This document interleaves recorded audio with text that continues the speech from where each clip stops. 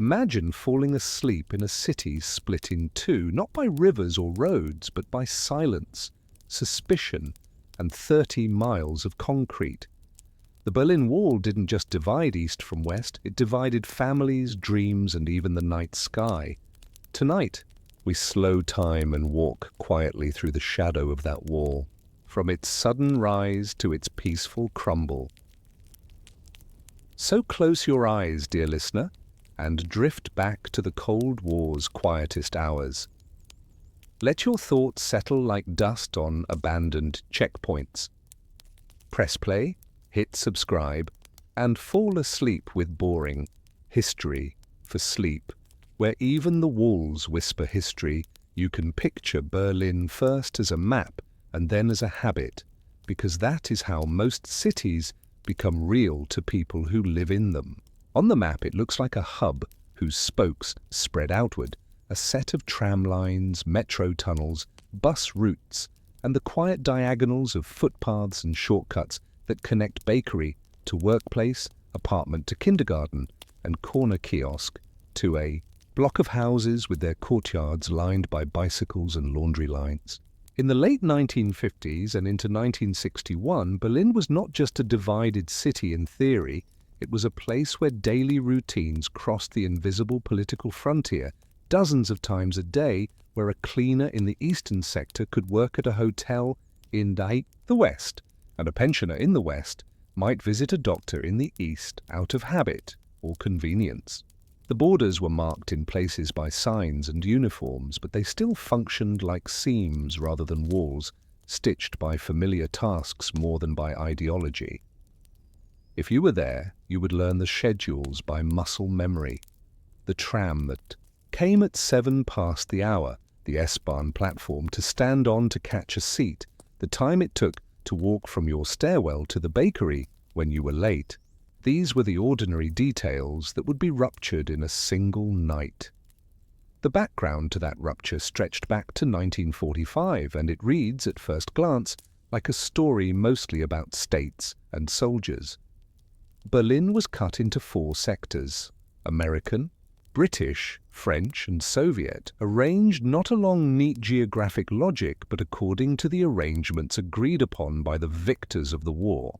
It was a city of ruins and repairs, of coal dust and ration cards, where a family might queue for hours for potatoes or soap while wondering which relatives would return and which would not.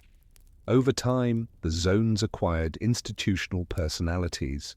In the western sectors, political parties reorganized, newspapers multiplied, labor unions reconstituted themselves, and municipal services slowly resumed under the supervision of the Allied authorities.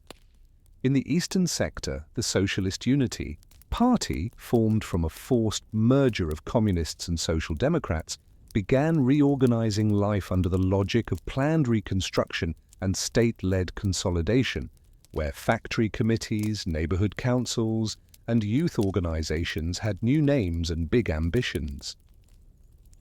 By 1948-1949, the first major stress test came with the blockade and the airlift, or to put it in the vocabulary of daily life, that was the year when supply chains turned skyward. What does milk look like when it depends on a runway? What does heat feel like when coal arrives in sacks dropped from a cargo plane? For West Berliners, there were schedules posted and radio announcements read out with a voice like a train station timetable, each flight another line in a spreadsheet of survival. For East Berliners, there was the view of flights overhead, and the knowledge that reconstruction was being defined in a different register, one where factories targeted quotas and youth brigades cleared rubble with slogans and shovels, where paperwork stamped with new seals defined who got what and when. This era did not build a wall, but it built the habit of being fed by systems that did not share a common kitchen. It also proved something intangible, that lifelines could be maintained even when surface roads were blocked, and that both sides would organize their worlds in parallel rather than together. From 1949 onward, the administrative vocabulary hardened. The Soviet sector became the capital of a new state with its own constitution and symbols, and it gave itself a name that made a claim not just about geography, but about history and destiny.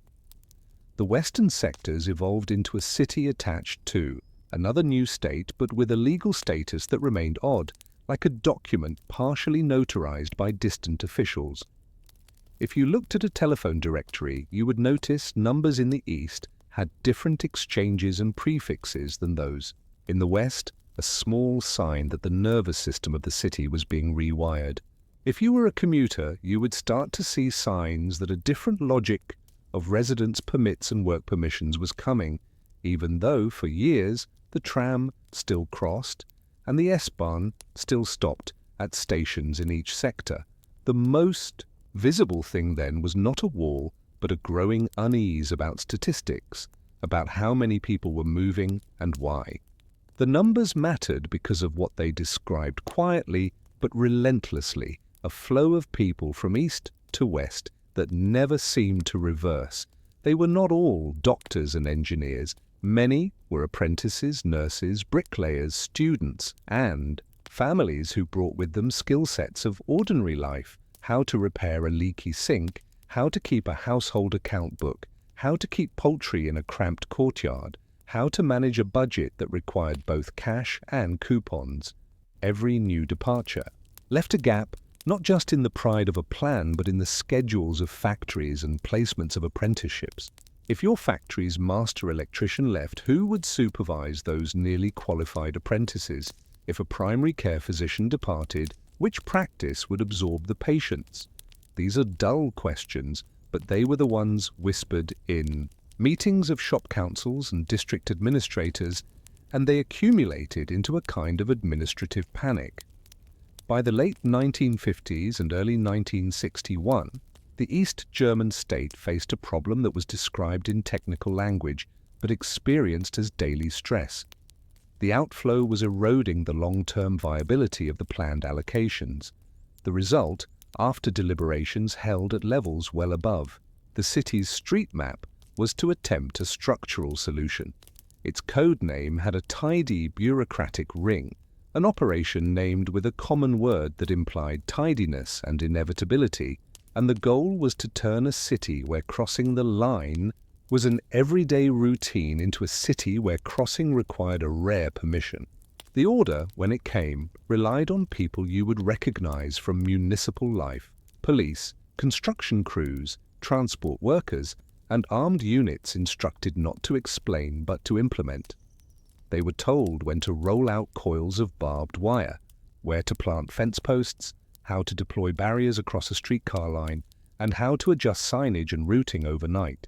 Each team had lists with street names and intersections, a set of tools, and time markers for tasks like erecting temporary fences, rolling out new patrol patterns, and blocking specific pedestrian paths with simple, heavy obstacles. In the early hours of August 13, 1961, the most visible element was the wire. Imagine the faint scrape of a metal coil unfurling on asphalt, the thud of a fence post pounded into soil, the dull light of headlamps illuminating men in work jackets and uniforms concentrating on the measured work of fastening, tying, and setting. None of it was theatrical. It felt like the overnight shift on a road repair project. But what it repaired was the very concept of a boundary. If you lived on a block that straddled the sector line, you saw the change at the most intimate level. A doorway that used to face a street in another sector was bricked up at the ground level, leaving the upper floors intact, as if the building had learned to keep its eyes open but its mouth shut.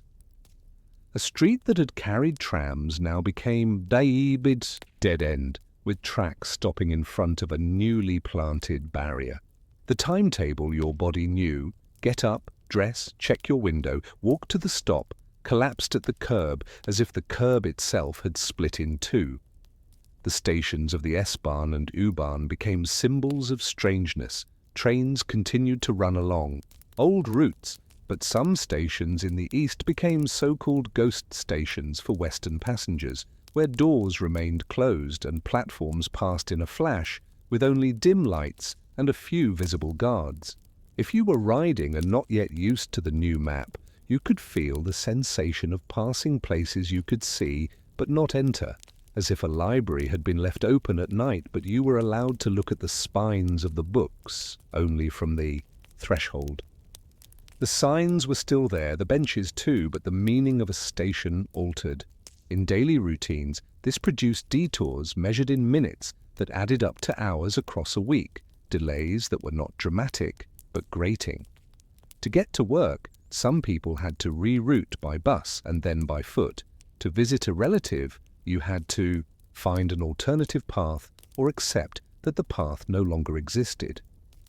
Telephone connections were severed or rerouted, another change that sounds dull, until you try to reschedule a doctor's appointment or call a sister who lives across the line. Operators, the humankind who once connected calls by hand and now managed exchanges with new machines, were given circuits to disable, channels to test, and protocols for emergency services.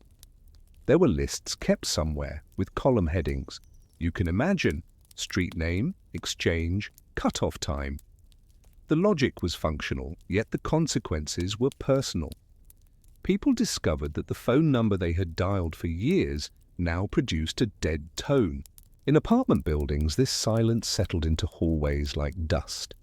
You knocked on neighbors' doors to ask if they had heard anything, if anyone knew whether a relative who worked across the line was coming back, or if the children would make it to their school in the same district the next day. The answer in many cases was simple and disorienting. The route no longer existed, and no one at the building level had the authority to change it. Border guards and police formed the visible edge of the new system. They received orders with precise timings: when to deploy, where to stand, and what to do if faced with crowds. Their uniforms conferred authority, but their equipment in the first hours was basic: sidearms, batons, and the kind of portable barriers that can be shifted into place by a pair of men. By mid-morning, the look became more permanent, with heavier materials arriving, the kind that require a truck and a crew. If you watched this unfold from a window or the far corner of a street, it looked like municipal maintenance, as if the city had decided suddenly to put up new guardrails everywhere. Meanwhile, Stasi officers and informants circulated with notebooks, documenting reactions, noting names, and making decisions about who to watch.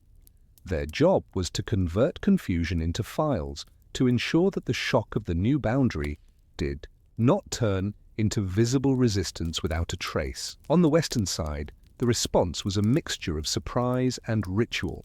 The occupation forces and city authorities followed procedures which had been drafted for crises like this, protocols that included statements to the press, patrol adjustments, and liaison meetings with their counterparts. Western radio stations filled the air with explanations and interviews. The tone was controlled, and the cadence of the coverage was steady, with updates on which crossings were still open and what people were seeing. Emergency services discussed contingency plans in case of medical or fire incidents needing cross-sector coordination. Hospitals reviewed how to handle patients who could no longer be transferred easily to a facility across the line. The everyday operation of a city, garbage pickup, water pressure, bus schedules, continued almost normally, but the schedules acquired a new subtext. Each route had an edge now. The second day looked different because the second day was when the new habits began forming. In the east, work brigades started replacing wire with concrete, first with concrete blocks stacked waist-high, then with taller, more continuous barriers. The materials were standard, the sort you could find at any construction site: precast slabs, rebar, sandbags for stabilization, and the smooth pipes that would sit atop certain sections to make climbing more difficult.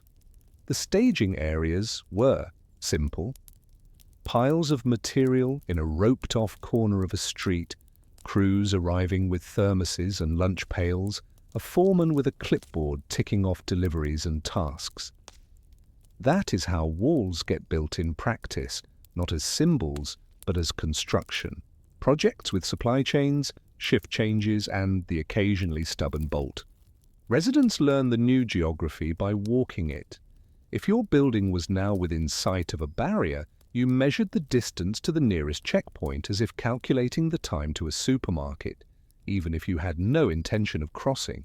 People asked one another, "Is the crossing at the bridge open? Does it allow pedestrians or only vehicles with permits? Are there hours posted?" The answers changed frequently in the early days, and they often depended on rumor. You could spend an afternoon moving from one intersection to another, collecting these facts, each one just stable enough to survive until the next revision. For many, it was the uncertainty that felt like an extra weight on the shoulders during an ordinary walk. In workplaces, managers passed along instructions about attendance and shifts, especially in places where people's commutes had previously depended on border crossings. Some workers did not appear on Monday morning. Others arrived late and explained with an apologetic shrug that their route had vanished. There were replacements to be arranged, tools to be reassigned, training to be accelerated for apprentices who had suddenly become more necessary. A factory is a choreography, and when a few dancers disappear, the rest must adjust steps to avoid colliding with machines and with one another. Union meetings and party meetings took on the tone of crisis management, but also of administrative persistence. Forms still needed to be filled, quotas still measured, and the weekly orders still dispatched or received. The gears of the planned economy turned, but with a new scraping sound. Schools faced their own kinds of border math. Class lists were checked and rechecked. Teachers walked through the student names and noted absences, and principals called households, those that could still be called, to ask where a child had gone, whether a family had moved, whether a student's weekday arrangements had to be changed. In some neighborhoods, the divisions sliced through catchment areas, creating situations where a child's school lay just a few blocks into another sector. Administrators improvised, redrawing lines, reassigning pupils, and making arrangements for textbooks and lunches. The meals still had to be prepared, pots of soup in metal containers, bread slices stacked in tidy rows, even as the faces in the cafeteria changed. Children adjusted fastest because children adapt to new rules with a kind of pragmatic curiosity. They learned that a street they used to cross was now a boundary they could approach but not step over. They drew new maps in their heads as naturally as they had once learned multiplication tables. Then there were the families split by the line. Engagements were postponed, visits cancelled, everyday rituals of Sunday coffee or a shared evening walk recast as future wishes scribbled in letters. The postal service itself had to adapt. Sorting centres reorganised bins for letters to and from the other side, delivery schedules were altered to reflect new routing, and mail carriers, a profession that lives by the calendar and the clock, learned which buildings now required special handling. Soon, forms would appear for permissions, for visits, for special cases. At first, though, there was mostly uncertainty and the slow arrival of procedures. For elderly relatives, the change was not only bureaucratic but physical. A grandmother who had once taken a tram to see her grandchildren now had to rely on photographs and the weekly rhythm of a letter. In the West, people walked to the line and stood there, not sure whether the act of looking could change anything. Crowds formed, but they were not always loud. Often they were quiet, murmuring and observant, aware of the guards watching back from the other side. There were moments of shouted greetings across the new divide, laughter at the absurdity, tears at the seriousness, and a steady accumulation of stories that would be told in kitchens and bars for decades. These stories shared a shape. A person goes to a familiar place, finds it altered, and then describes in detail the small things that changed, the color of the new signs, the posture of a guard, the length of a rope or the height of a barrier. It is in these details that the transformation becomes real to those who did not witness it. You might hear a friend say, "The barrier was just up to my chest this morning." By evening, they'd added another row of blocks. If you ask what lay beneath all of this, the answer is not a single ideology, but a complicated set of administrative decisions and fears, amplified by the speed at which events moved. The city's utilities did not stop. Water flowed, electricity hummed, trams ran along revised routes.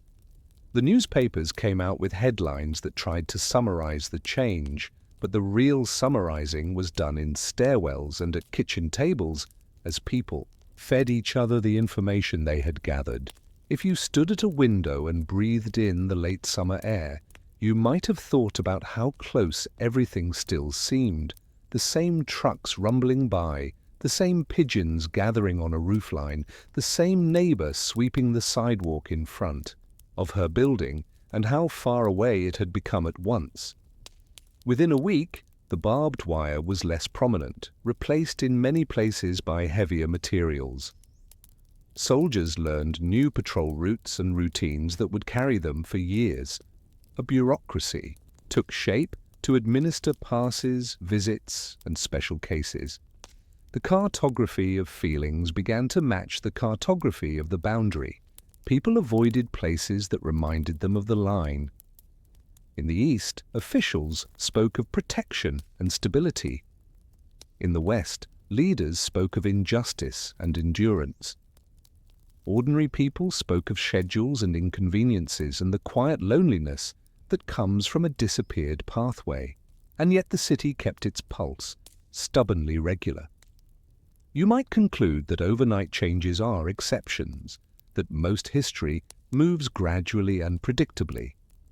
But in Berlin in August 1961, the gradual had already flowed for years in the form of commuter trains and daily crossings, and then the exception arrived and rewired the entire network at once.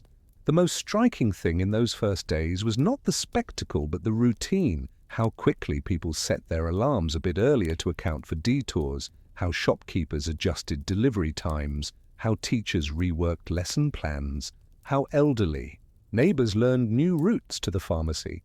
It is in that quiet persistence that you see the continued life of a city even when its streets have been cut.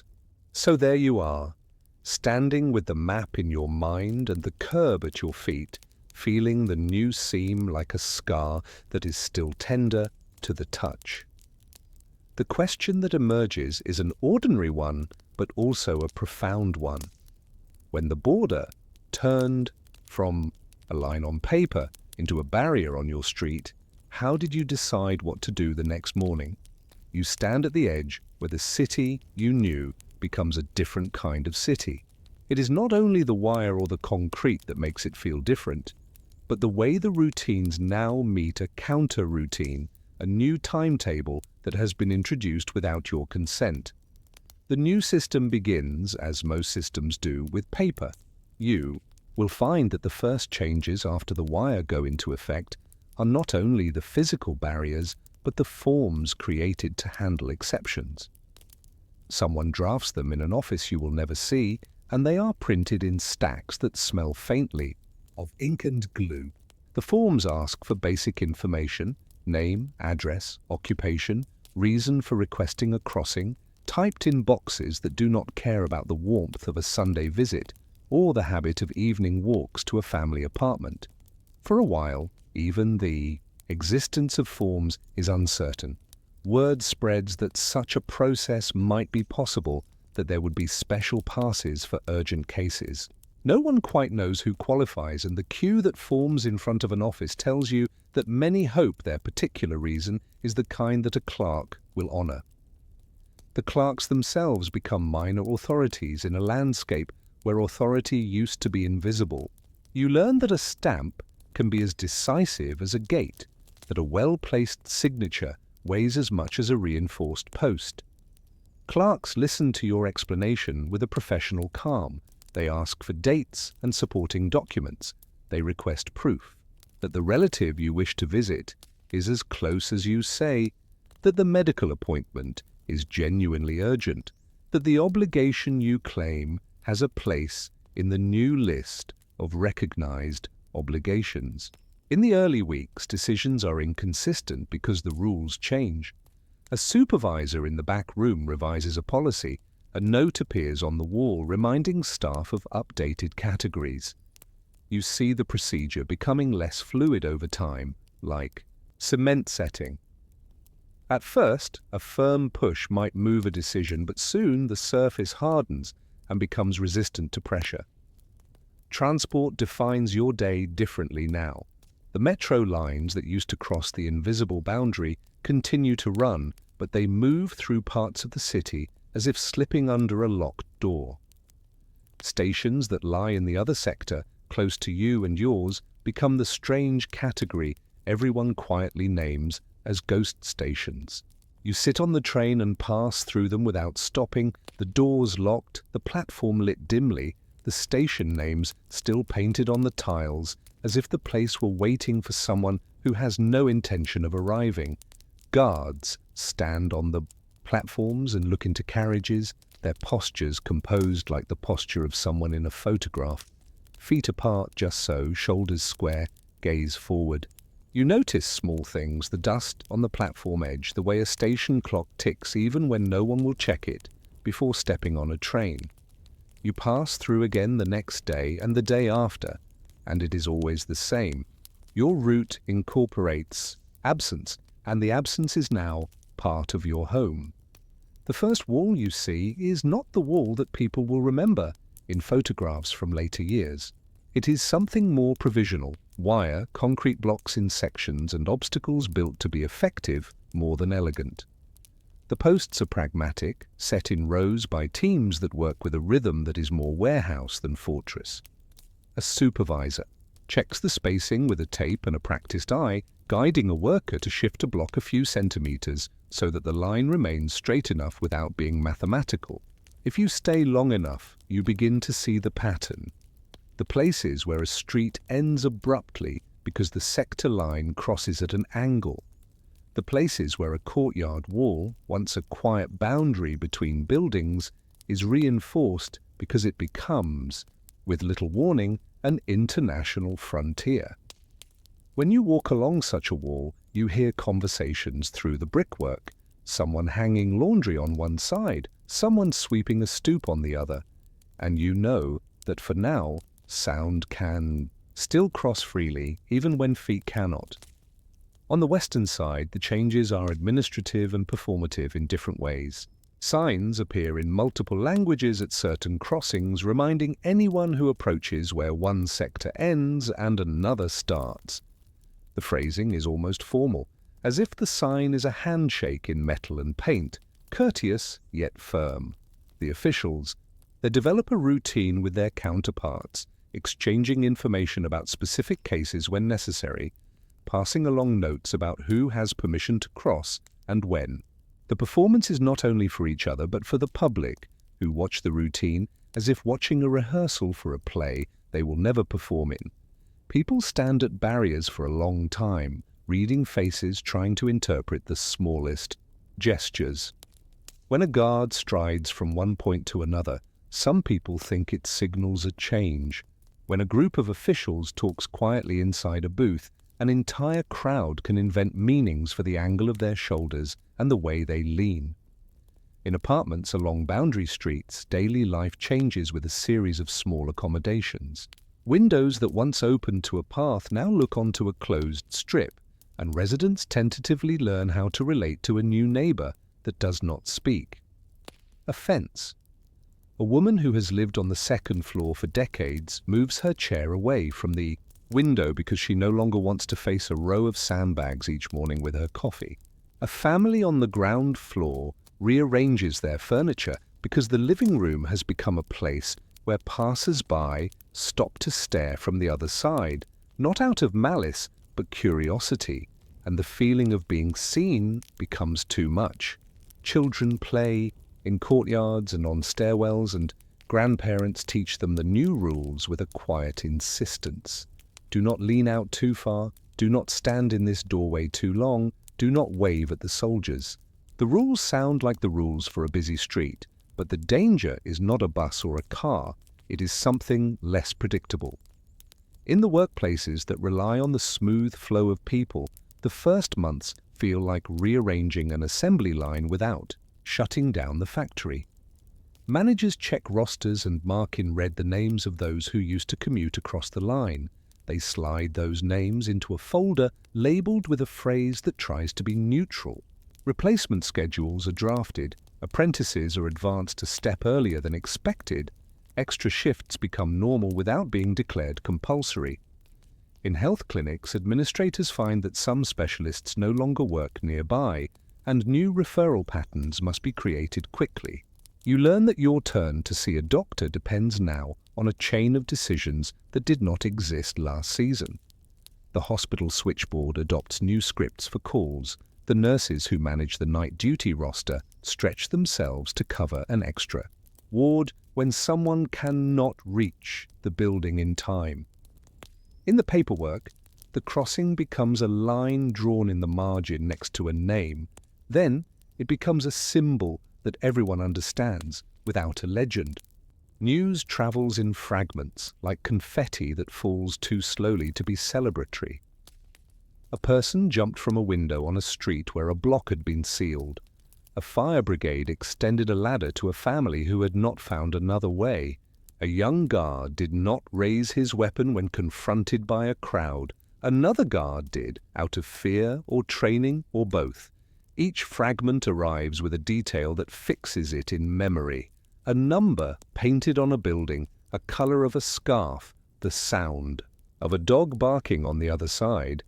You do not know which stories are completely accurate, and yet you carry them with you as if they were.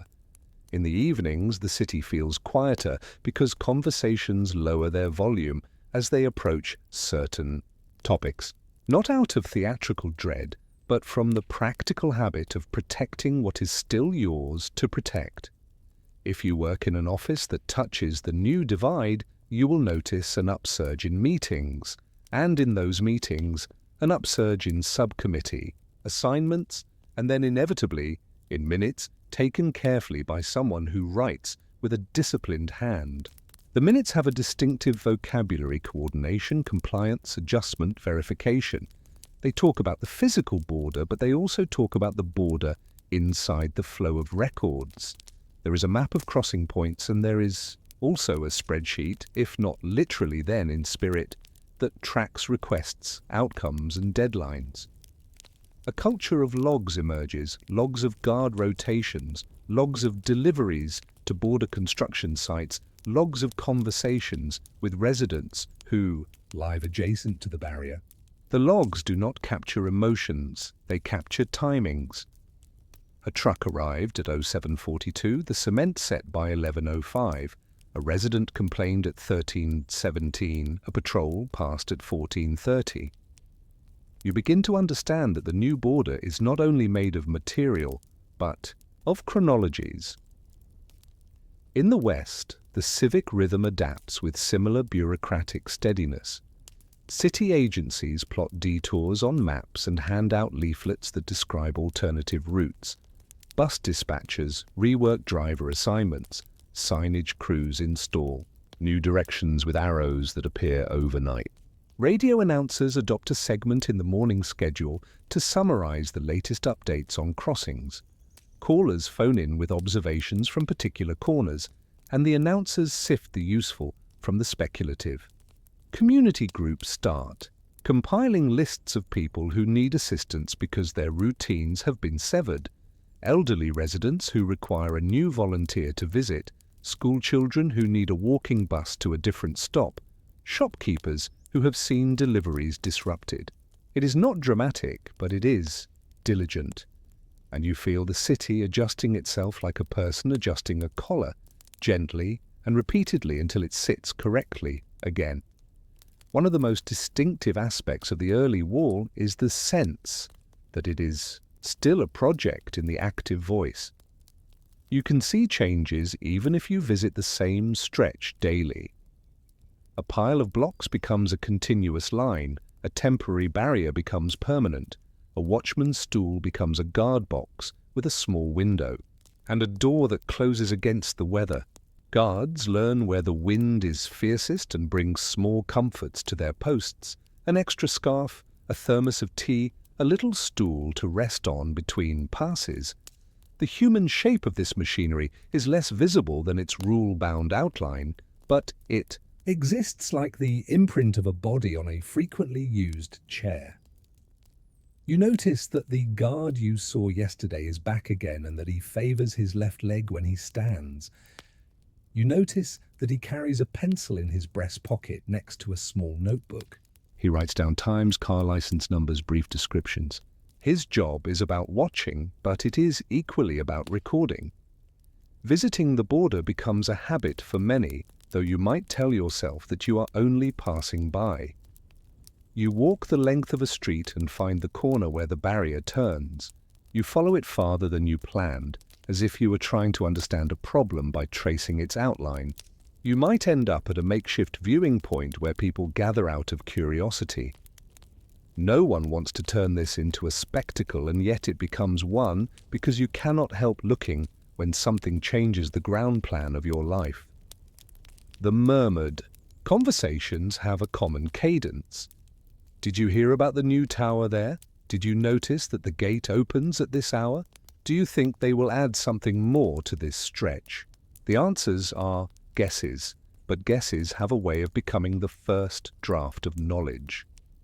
In the East, the language used to describe the barrier is meant to reassure insiders and warn outsiders. It is called protective, a term that frames the new structure as a shield rather than a cage. The choice of words matters because it shapes how people explain the change to themselves. If it is protection, then it implies a threat, and if there is a threat, then measures are necessary. In meetings at workplaces, this thinking is presented with charts that compare production targets and outflow statistics from before and after the closure. The charts show improvement as a line moving upwards on graph paper. They do not show the cost in missed celebrations or quiet grief. That is not their function. For those who work closely with figures, the numbers are soothing because they are clean. For those who live closely with people, the numbers feel like a frame hammered around something that does not fit. As the weeks pass, the new geography settles into the language people use. Neighbors begin to say on this side and on the other side as casually as if they were discussing the sunny side and the shady side of the street. The words acquire a neutrality that hides how heavy they once felt. Children fold the terms into games, pretending that one half of a courtyard is a fortress and the other half a town square, and in doing so they domesticate the division, shrinking it to a scale that can be played with and set aside. You might notice, too, that the city's smells shift with the season and the new pattern. In late summer, the scent of dust and heated tar from construction mingles with the bakery scents that make their way down streets in the morning. In autumn, you detect the faint odor of wet concrete and the metallic tang of newly installed fixtures in the cold air. The early wall is, in a phrase, a beginning without clarity about its end. You hear rumors that there will be an agreement to allow special visits at certain times. You hear conflicting claims about what qualifies as special. The uncertainty amplifies the sensation of waiting, and waiting becomes a skill. You learn to wait in lines without thinking too much about the eventual outcome. You learn to hold two ideas at once, that you will never see a relative across the line again, and that maybe you will, if your case becomes the right kind of case. These are not dramatic thoughts, but they wear grooves in your mind the way a habitual walk wears a groove in a path.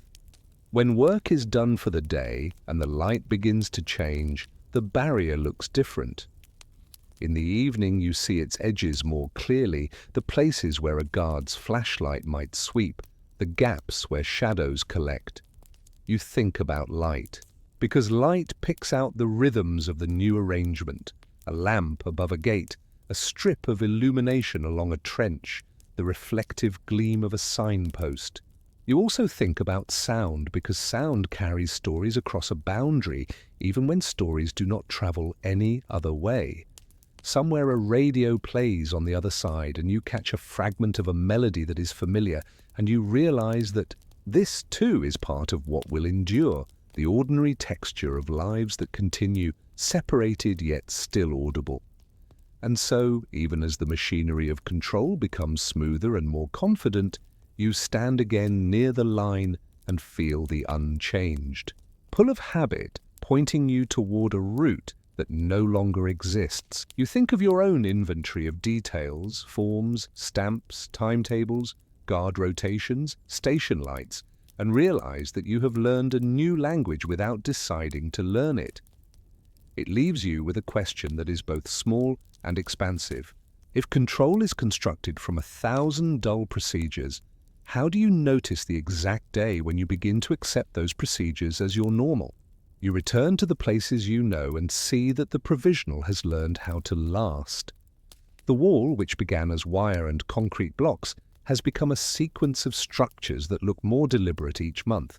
You find that someone has smoothed a seam along a line of concrete, as if adding polish to a thought that was once hesitant. The border zone is now a set of layers, each with a purpose. Closest to you on the western side, there is an open strip where nothing is supposed to be left. Overnight. Across the boundary there is a fence, and then behind it, a cleared track, where footprints would be obvious. Beyond that, there are more obstacles, and then another fence, and then a patrol path, and then a tower that watches all of it. It is no longer just a barrier.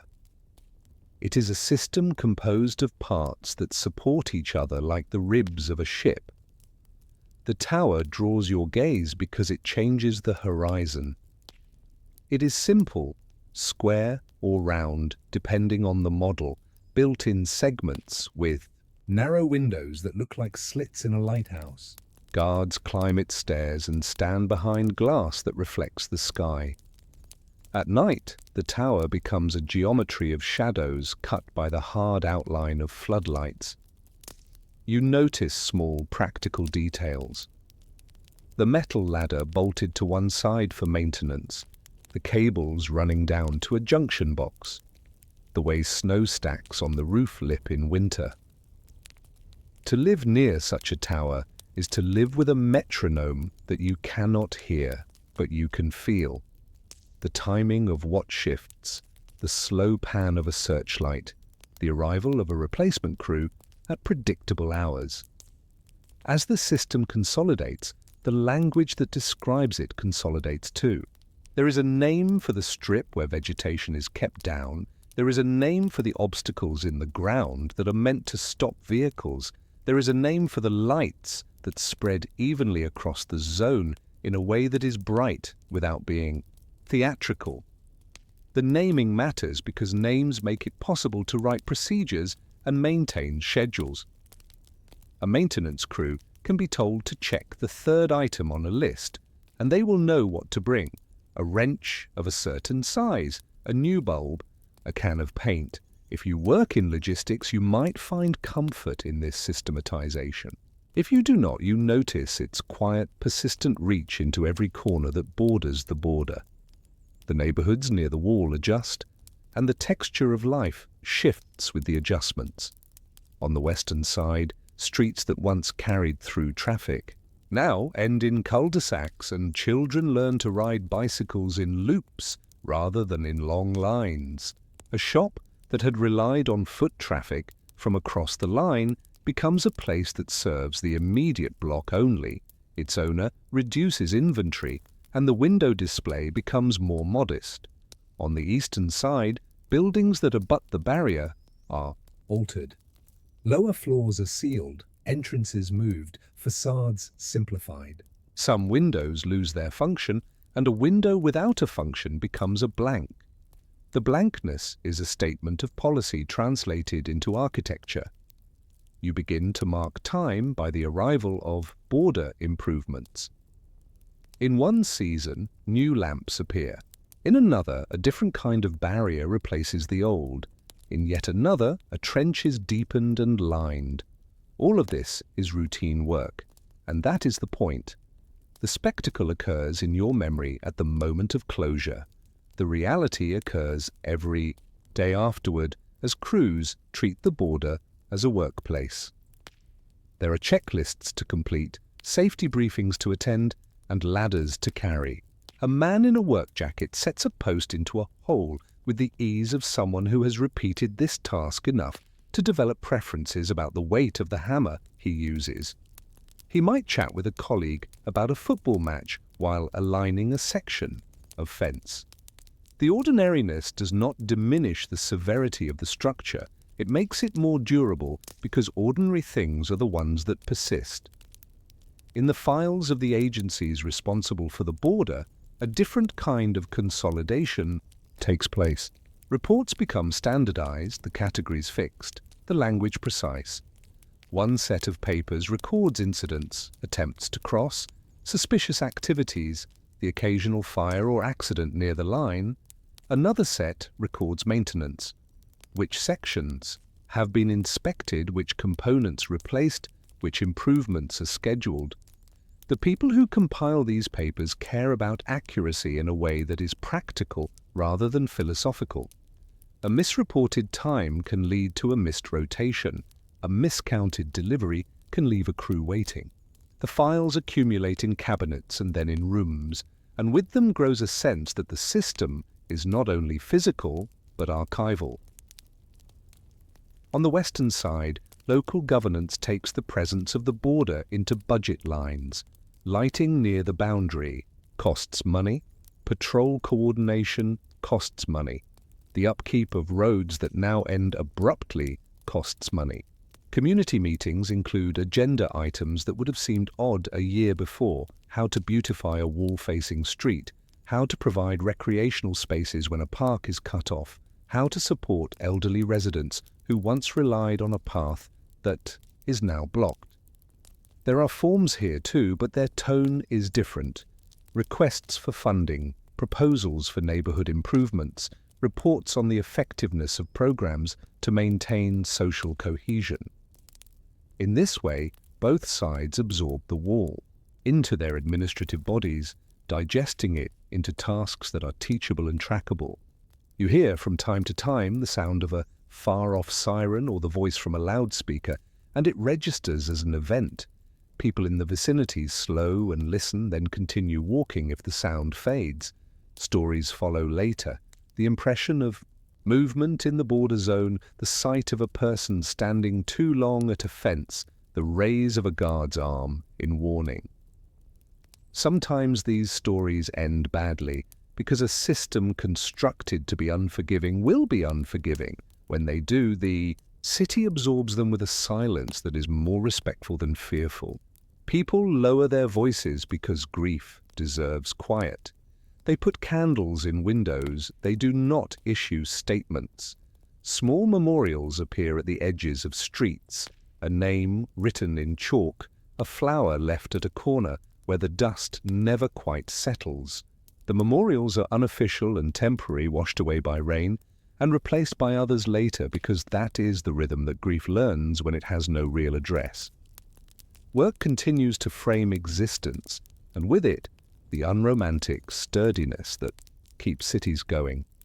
In the East, factories reorganize to make up for the loss of commuters. Training programs expand to fill gaps. Young people are assigned apprenticeships more methodically. Schedules are posted on boards at the entrances to plants, and the lines of names next to machine stations have fewer blank spaces. In the West, employers adjust to hiring locally for jobs that once drew from a wider pool. Unions negotiate protections for workers suddenly carrying heavier commutes. City services reconfigure routes for garbage collection and street cleaning. All of this might be invisible to a visitor, but if you are living it, you notice each change because each asks you to adjust your habits. When you put out your bins, how you time your morning, where you shop. The educational calendar absorbs the changes too. In the East, schools with pupils who live near the boundary adopt practices for safe navigation of newly defined zones. Teachers become adept at keeping attention steady even as the novelty of the wall fades into the texture of the school day. Children draw maps in geography class that include the border as a given, and the maps look neat because neatness earns praise, even when neatness includes a line that cuts through a city. In the West, school trips that once might have crossed into the other sector become trips to museums and parks on the same side. Pen pal programs emerge, sometimes awkwardly, as a way to maintain connections that used to be maintained by tram rides and Sunday visits. Because the system depends on observation, both sides practice watching. In apartments overlooking the border, residents keep an unintentional vigil. You know who opens their curtains early, who sits by the window in the afternoon, who waters plants on a balcony at dusk. Watching is not always prying. Sometimes it is a substitute for a vanished stroll, a way to look at the city without moving through it. The guards watch too, but their watching is codified. Their logs include the weather because weather affects visibility, the season because season affects shadows, the time because time structures the likelihood of certain events. A change of shift brings a change in handwriting in the logbook, and the continuity of ink becomes its own photograph of time. There are moments when the system's smooth surface ripples. A diplomatic incident occurs at a crossing, and uniforms gather in greater numbers for a day. A visiting official passes near the border, and protocols swell to accommodate dignity and caution. The public notices these ripples as changes in traffic patterns and in the clipped urgency of shouted instructions. Then the waters flatten again, because most of life cannot afford sustained disruption. This predictability makes you feel both safe and restive. Safe because chaos exhausts. Restive because order that is not your own leaves an imprint. Occasionally, something of the old city pierces the new armor. A street festival on the western side sets up near the boundary, and the music drifts across. A holiday on the eastern side involves a parade whose route brushes against the border, and the sound of a marching band finds its way to ears on the other side. In such moments, you are reminded that culture, like scent, follows currents that planners do not manage entirely. The border can control bodies more easily than it can control echoes. Over the years, the system grows more uniform. Earlier sections, built with improvisation, are replaced with standardized components. The color, height, and spacing settle into a pattern that is almost soothing in its repetition. Catalogues in offices list parts by number, and requisition forms specify quantities as if ordering furniture. The supply chains that feed the border are a shadow version of the supply chains that feed the city. Trucks from depots, inventories checked, damaged items returned and replaced. The practical success of this standardization is that fewer things break and more things can be repaired quickly. The philosophical consequence is that the border becomes less a series of exceptions and more a continuous presence. People age beside the border, and the border ages with them. A child who was told not to lean out of a window becomes an adult who avoids the edge of certain streets without having to be told. A guard who began his service as a young man finds his knees aching on cold mornings and is reassigned to a post with fewer stairs. A clerk who once stamped forms in a hurry learns to recognize familiar faces and knows without being told which applications have a chance and which do not. These accumulations of experience are subtle but decisive because they make the system resilient. A resilient system can handle interruptions, storms, power cuts, and the occasional burst of human unpredictability because it contains people who have seen similar things before. If you step back from your own experience and try to see the city as a whole, you might notice that the wall has created not only a line, but a new set of centers. Neighborhoods away from the border become more central. Shops that once lay on peripheries become hubs. New routes become the veins of daily life. Geography learns sociology's lessons. People gravitate toward where they can move easily, where their errands can be combined, where their friendships can be maintained without paperwork. The map of the city's affections changes because affection needs proximity to thrive. By now, the memory of the night when the border hardened feels like a story that belongs to you, but also to a time that cannot return. You can still recount where you were, who you called, what you saw. But the weight of those details is balanced by the weight of the days since, each one filled with what you did to keep your life moving. Work, errands, conversations, small joys. If someone new asks you what it was like, you think first of how many steps it is from your door to the nearest corner where you can see the wall, and you think of the way the wind feels stronger on that corner and how you lean into it for a breath before turning back toward your street. The new normal is a phrase that suggests acceptance. Yet acceptance is not the same as endorsement. It is a way of allocating your energy. You accept the line because you cannot move it. You invest your attention in what you can change: a child's morning routine, a neighbor's shopping list, a quiet evening with a friend. This allocation is not heroic, but it is how most lives are kept intact. If you wanted to be grand, you could say that the city endures because it lowers its gaze from the skyline to the pavement and keeps walking. And still, in quieter moments, a thought returns, fragile but persistent. Systems that depend on extraordinary levels of control must be maintained constantly, and constant maintenance is tiring, not just for the tools and the crews, but for the meaning that justifies it. You wonder, when you look up at the tower or glance down at the stripped stretch of ground, how long such meaning can be kept sealed against weathering. You ask, not aloud but to yourself, the question that floats like a leaf on the surface of a still canal. When a routine has been built so carefully, does it eventually teach those who live within it how to imagine routines without it? You wake to a city that, despite its boundary, still makes breakfast. That is perhaps the most reassuring thing. Kettles steam, bread is sliced, coffee is measured by habit, and the small ritual of spreading butter from left to right carries more comfort than any slogan. If you live on the eastern side, you might have bought your bread yesterday from a counter where the cashier knows your face and counts out your change with an efficiency learned in queues.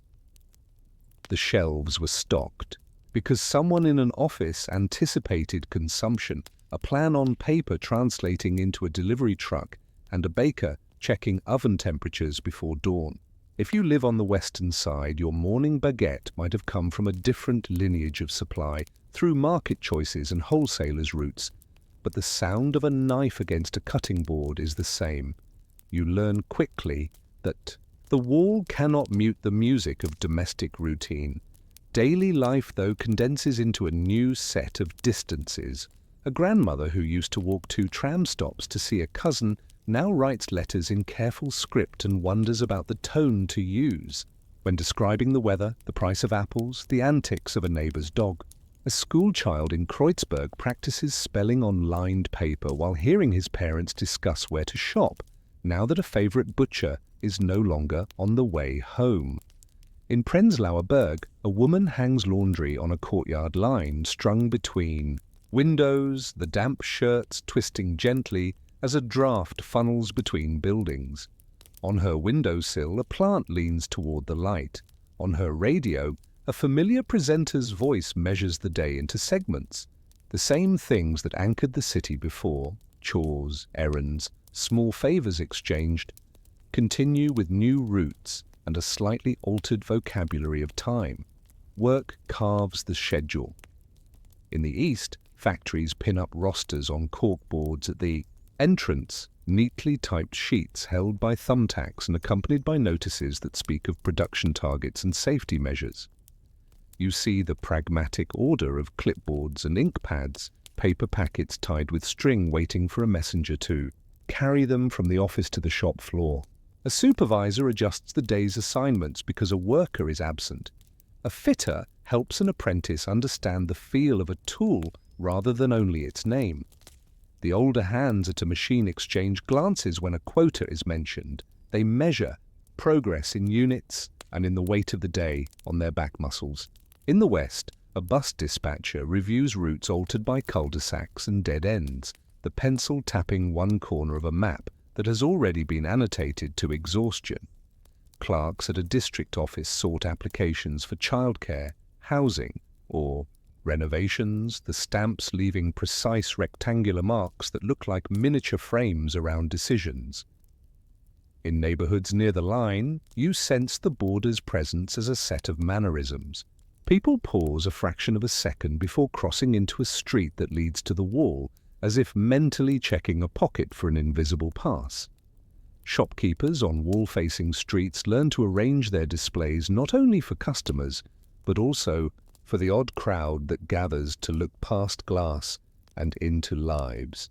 You place a plant on a sill, perhaps, because it softens the feel of being observed, even if the observers are just passers-by with their own errands.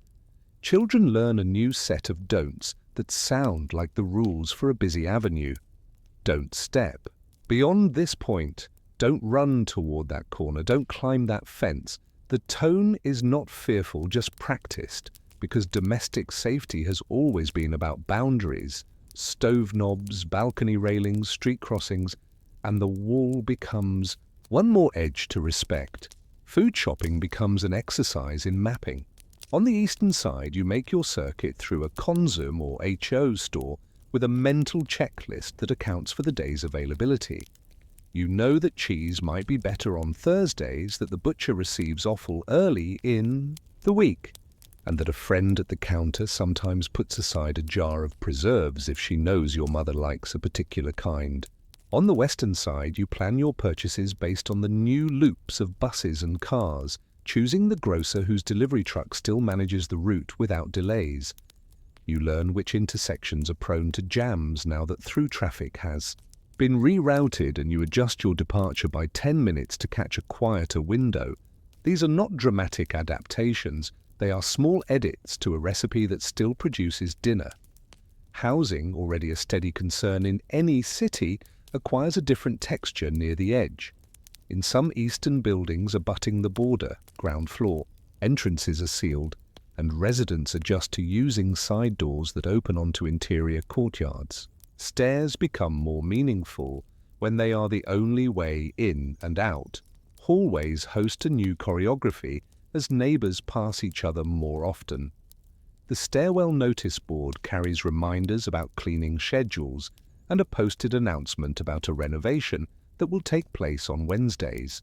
In the West, a building that used to feel like a stopover on a lively street now sits at the end of a quiet block. The landlord paints the facade to brighten a view that has ended in concrete. Tenants plant flowers in boxes along railings because color is a modest rebellion against blankness. The city's leisure folds itself around the barrier in a matter-of-fact way. In the East, families take weekend trips to lakes and allotment gardens, the dacha becoming a place where the air smells of resin and cut grass. There is a ritual to packing a wicker basket with bread, sausages, pickles, and a thermos of tea, and to pedaling to a favored spot under a birch tree. In the West, a Sunday stroll might lead you to parks and playgrounds tucked into the urban fabric. You choose a bench that lets your eyes travel beyond the cul-de-sac. Theatrical performances, lectures, and concerts continue on both sides. Their programs dense with titles and dates because culture is a calendar as much as it is an event. You get used to the idea that an evening of music or a film screening is not only entertainment but also a way of keeping a rhythm in life that cannot be dictated by barricades. Transport, the city's nervous system, rewires itself. On the east, Trams tick through intersections with driver hands steady on levers, while buses follow routes that avoid the border zones. On the west, U-Bahn and S-Bahn services shape their signage to account for ghost stations. You sit, and the train glides through a dim platform where a guard stands like a punctuation mark in a sentence you can no longer read aloud. You may begin to prefer certain lines because they feel less haunted, or because the transfer at a particular station is smoother. Bicycles become more common for short trips. The city's flat stretches reward pedaling with an efficient glide. Walking remains the truest measure of distance, and you realize as your feet carry you how many of your days used to cut across what is now a line. The border also affects the city's sounds. The clatter of construction becomes part of the season's soundtrack, mixed with the steady thrum of traffic diverted onto new paths. In some places, the wall's presence dampens echoes. In others, it focuses them in odd ways, throwing voices back to you from surprising angles. On warm evenings, you might hear a radio playing on the other side, the melody familiar, the lyrics muffled by distance and masonry.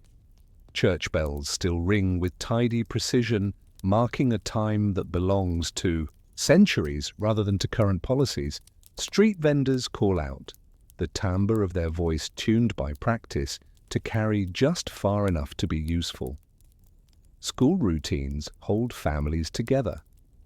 In the East, parents drop children at kindergartens before shifts, the cubbyholes neat with small shoes and labeled coats. Staff keep exact records of attendance, allergies, and nap patterns. In the West, a mother walks a child to a primary school across a quieter street than before and notices how the crossing guard's arm raises and lowers like a metronome. Homework is still a negotiation conducted at kitchen tables, and the line between diligence and drowsiness is still patrolled by parents with a mixture of firmness and tenderness. Both sides have the same exhaustion at 6 in the evening on a Tuesday, when the meal is late and the day was long. Medicine adheres to the border with a different kind of logic. Emergency services are careful and prepared. Their maps are annotated both with hydrants and with boundaries, and their routes are rehearsed. On the East, clinics make referrals within a network whose resourcefulness is measured in doctors' handwriting and the speed of a porter's step. On the West, hospitals coordinate across city departments to compensate for blocks in the system. Pharmacists keep ledgers that bear the imprint of their discipline, listing prescriptions filled, and noting the small adjustments that keep regular patients on track.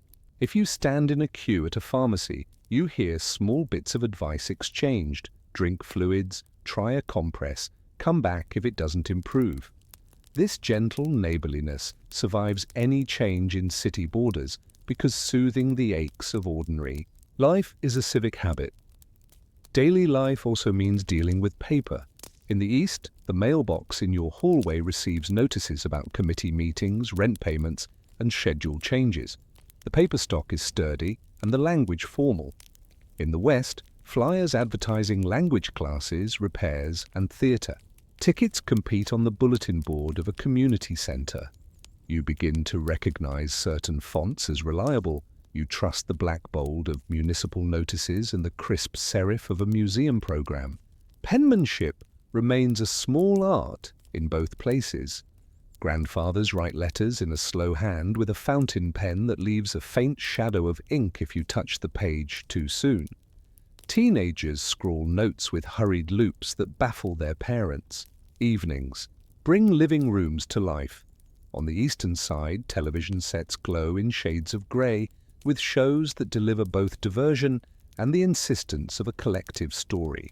On the western side, a different set of programs competes with books and the radio, each family evolving its own compromise. The hum of conversation through walls is oddly similar on both sides. Someone laughs, someone sighs, a chair scrapes, a baby fusses, a cupboard door shuts, little urban sounds that tell you your neighbors are as real and as tired as you are. The cumulative effect of all these routines is stubborn continuity. You find that the wall is not the main character in your day. The list of tasks is: the wall is an obstacle you have learned to place at the edge of your map, like an old canal or a railway line that you cross at designated points or avoid without losing track of your purpose. This is not resignation so much as an allocation of attention. When your child asks for help with a diagram or a pot bubbles over on the stove or your back aches at the end of a shift, the boundary recedes. Cities endure because their people cling to banalities with care.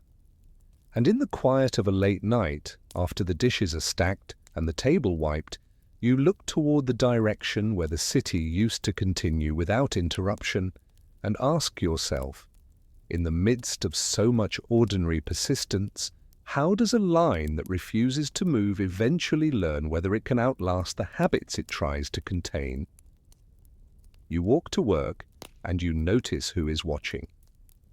It is not always sinister. Sometimes it is simply the neighbor who waters geraniums on a balcony and glances down the street, or the kiosk owner who knows the hour by the schoolchildren on their bicycles. But near the wall, watchfulness thickens. On the eastern side, uniformed border troops pace prescribed paths, their boots leaving repetitive patterns in the sand of a cleared strip. Their day is a precise arrangement of shifts, rest breaks, and log entries. They carry the weight of instruction: observe, deter, record. A tower is staffed, its ladder climbed, its small room holding 2 guards who practice the art of looking out while not letting their eyes wander inward. On the ground, a sentry's gaze passes over fences, floodlights, a stretch of raked earth where footprints would declare themselves too eagerly if they appeared. In offices away from the edge, another kind of watchfulness takes the form of files. On the eastern side, state security desks have stacks of brown folders bound with cloth tape. Their contents are impersonal yet intimate: names, dates, places, summaries of conversations, sometimes a photograph glued carefully to a page. The work is procedural, forms filled, indexes updated, reports typed, with margins rules observed to the millimeter. The people who handle the files are trained to listen to routine and hear an exception. Much of it is dull by design. Boredom is a tool that, repeated for years, tries to make deviations feel risky. In factories and schools, there are meetings where slogans are repeated and plans reviewed. You can see who is invested and who is waiting politely for the speaker to finish. If you are attentive, you notice the tension between the paperwork's order and the untidy reality of human lives that continue regardless. On the western side, watchfulness is public and coordinated through municipal bodies and the occupation's remnants. Police patrols take notes about crowd sizes near viewing platforms or tourist clusters near famous crossing points. Allied uniforms move at set times. Their visibility is important as any specific act. Theatricality has a purpose. A calm presence suggests that things are under control, that the daily machine turns, that the city is safe. In control rooms, operators monitor calls and dispatch responses for traffic accidents, fires, and medical emergencies with a sense of order that resists the wall's attempt to hijack the city's narrative. The operator's language is crisp. Their abbreviations are shorthand belonging to people who manage chaos by naming it. Workplaces integrate the border into their grammar. In the East, shop floor announcements adapt to new conditions, and production targets are recalculated based on labor that no longer crosses a line. Managers learn to ask for flexibility and to disguise it as collectivist enthusiasm. Sometimes they find genuine cooperation because workers know that quotas translate into predictable wages. In the West, firms that once drew customers from across the city shrink their expectations to the neighborhood. A print shop on a quiet street takes on longer runs for a city agency to keep its presses turning. A cafe changes its opening hours to capture the new morning flow that now passes 2 blocks earlier than it once did. An electrician in Moabit keeps a ledger with careful lists of addresses that used to be easy to reach and now require a detour.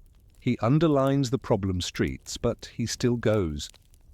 Universities and schools on both sides adjust their admissions and syllabi to a world in which visiting a lecturer from across the city requires careful planning or cannot happen at all. In the West, students from elsewhere find West Berlin attractive because of exemptions from certain obligations and the stir of culture, so lecture halls fill with a mix of ambition and drift. In the East, technical schools place students quickly into apprenticeships that the economy needs, and a sense of practical accomplishment tempers any romantic feeling about borders. Young people find ways to be young, which is to say, they invent rituals, music shared on cassettes, dances in community, centers, jokes that depend on the awkwardness of the time to make the days less stiff. Checkpoints impose their own time zone on those who must use them. You might stand in line with a bundle of papers in a folder that has become soft at the edges from being held. You move forward in small increments. You learn the rhythm of a guard stamp, the way a passport or permit is held up against a light, the slight pause before it is passed back. If you are visiting under a special provision, you will have calculated your day around the checkpoint's hours, allowing time for the unexpected. A bulky turnstile, a question asked one week that was not asked the week before. The routine produces its own etiquette, silence in certain places, a respectful space left between you and the person being examined, a nod of thanks for a small kindness, like a clear gesture that points you toward the correct cue. The borders, grammar, includes the vocabulary of deterrence. It is visible in the layers of fence and concrete, in the cleared strip where footprints would betray mischief, in the neat angle of a barrier that redirects a vehicle's possible path. It is also audible in commands spoken in the registered tones of authority. There are stories, some true, some embellished, that circulate about what happens if one tries to outrun, to outthink, to slip through. You learn to hold these stories in tension with your own experience of walking to the market and coming home again. The tension is not comfortable, but it becomes a familiar companion, like a stone in a shoe that you shift from toe to arch to heel and back. On both sides, social organizations act as buffers against the wall's insistence. Choirs practice, chess clubs meet, hiking groups catch a train to walk along paths that run parallel to the boundary but mind their distance. Voluntary groups in the West organize drives for clothing or school supplies. In the East, collective activities are organized at workplaces and schools, part recreation, part ritual. The predictability of these calendars mediate the unpredictability of the hard line. A choir's fall concert comes around whether the newspaper is loud that week or quiet, and the shared breath of rehearsals knits people together at a level that policy cannot cut. Families continue to rely on networks that are older than any barrier. In the East, neighbors trade childcare and share recipes for stretching rations when a particular ingredient is scarce. In the West, relatives who live in different quarters of the city coordinate by phone to visit on Sunday afternoons, taking drives that detour but still end at a familiar table with a cake and coffee set out on a linen cloth ironed by someone who values crisp corners. The content of talk changes only a little, the rhythms and the jokes survive. Someone tells a story about the old days when a tram ran along a street that is now a boundary, and everyone nods because sharing the story makes the old tram run again, if only in imagination. There is also the grammar of small courage. A postal worker who notices an elderly man struggling with a shopping bag carries it up the stairs despite knowing it is not part of the route's schedule. A guard looks away for an extra moment so that a goodbye can last 3 breaths longer than the rulebook allows. A clerk interprets a line in a directive generously, making someone's crossing possible for a funeral. These acts are neither revolutionary nor conclusive. They are the oil that keeps human machinery from grinding itself down with friction. If you pay attention, you collect these incidents as proof that even a system designed for rigidity contains joints that still flex. Night has its own watchfulness. On the eastern side, floodlights create a white geometry across the barrier zone, and the air is cooler, the sound of boots distinct against the crunch of gravel. A vehicle idles at a distance, its low engine noise a reassurance to those who stand outside in winter. On the western side, streetlights produce a softer, amber circle on sidewalks, and apartment windows glow like a grid of small hearths. You can tell the hour by which windows go dark. A cat crosses a courtyard and disappears under a stair. From far off, a siren calls and then recedes. Night watch is more than vigilance. It is a way of making sure that morning will arrive orderly, and that the city will resume its breakfast rituals, as if the goal of staying awake is to preserve the right to be sleepy tomorrow. Sometimes, when you walk along a street that runs parallel to the wall, you are struck by how ordinary it all looks. A drain pipe leaks, a bicycle chain squeaks, a child trips and then laughs, someone's radio plays a tune from last year. The border's claims are grand: history, security, justice, but the street's claims are humble: sweeping, mending, cooking. You sense that this imbalance explains why borders are forever trying to insert themselves into kitchens and courtyards, and why kitchens and courtyards resist by turning the volume down. And you ask yourself, as you reach your door and find your key in your pocket again by reflex, in a place where so much is watched, what is the exact shape of the attention you give to your own life, and how does it keep you from becoming only an object in someone else's logbook? As years pass, the wall learns to accommodate the kinds of visits humans insist on making. This does not mean the border becomes friendly. It means procedures grow like scaffolding around need. Holidays prompt negotiations. Certain times of year acquire temporary permissions and then lose them again, and you memorize the dates by experience rather than by decree. A grandmother is allowed to visit a new baby. An uncle attends a funeral. A pair of siblings meets briefly after a decade of exchanging letters.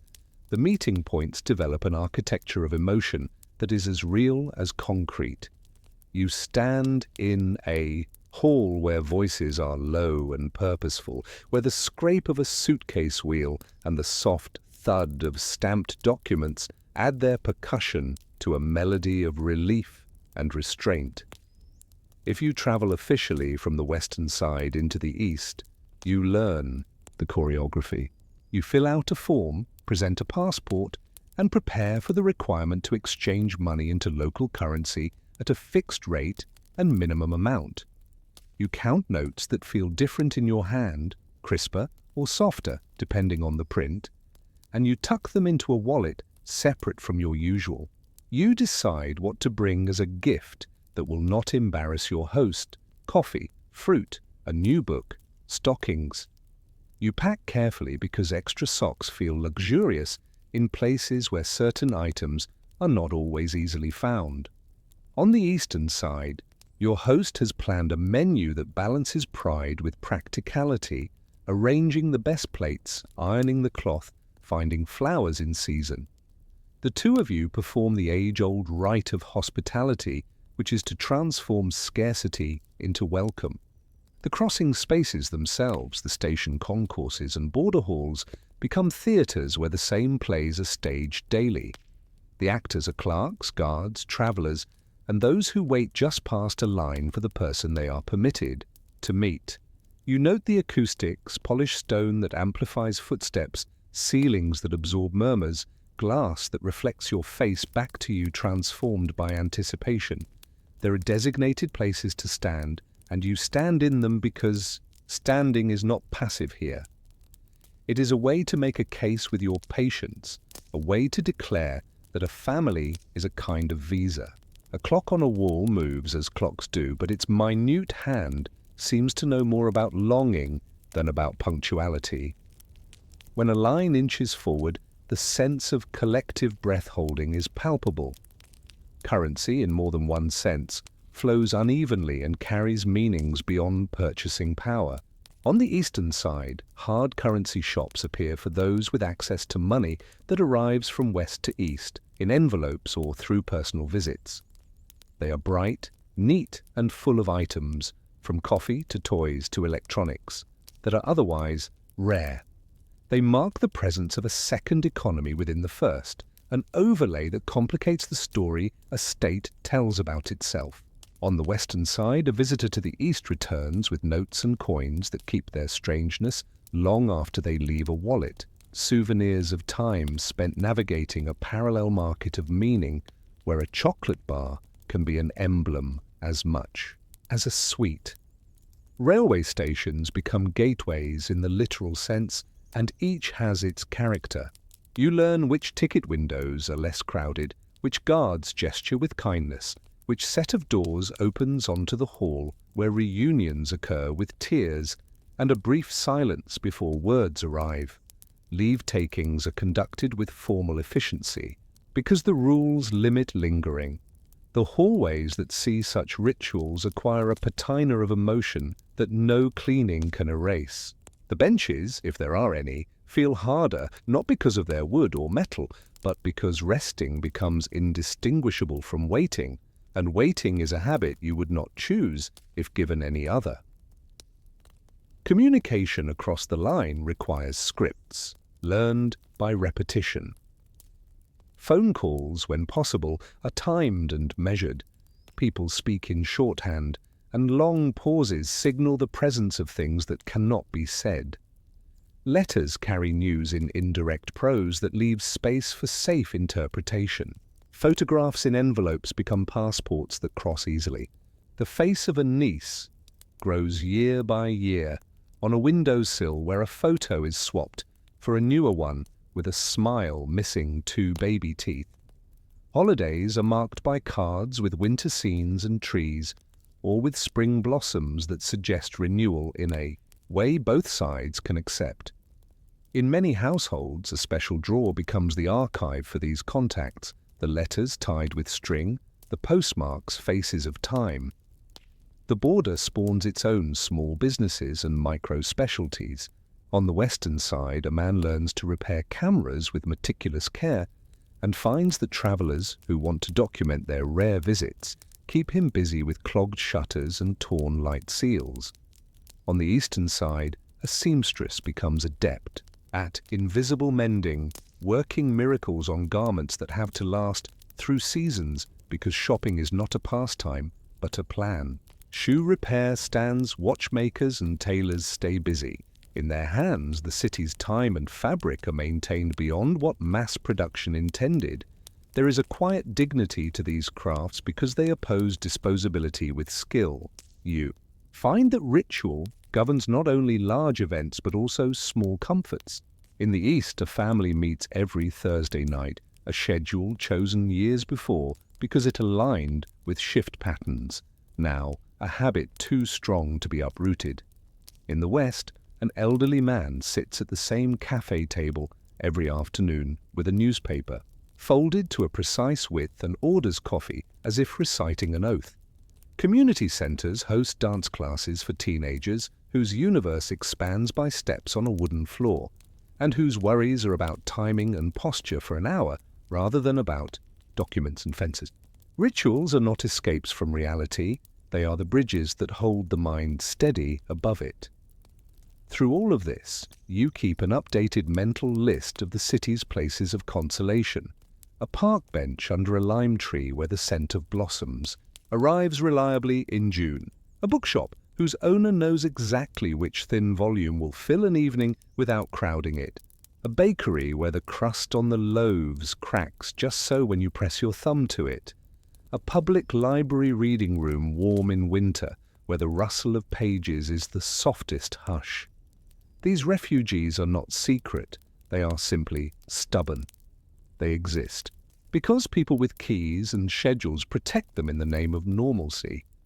Yet even within carefully tended rituals, the border leaves fingerprints. You smell tar in the air on days when a new surface is laid along a patrol road. You see uniformed silhouettes on winter afternoons against a sky darkened early. You hear a distant command float over stone and feel your back stiffen before you even make sense of the words. You learn to file these moments into a mental folder labeled with something non-committal because there are tasks to complete, meals to cook, beds to make. You gain clarity about the difference between what you can influence and what you cannot. The city's children grow and they interpret the line as a feature of the world rather than a departure from it.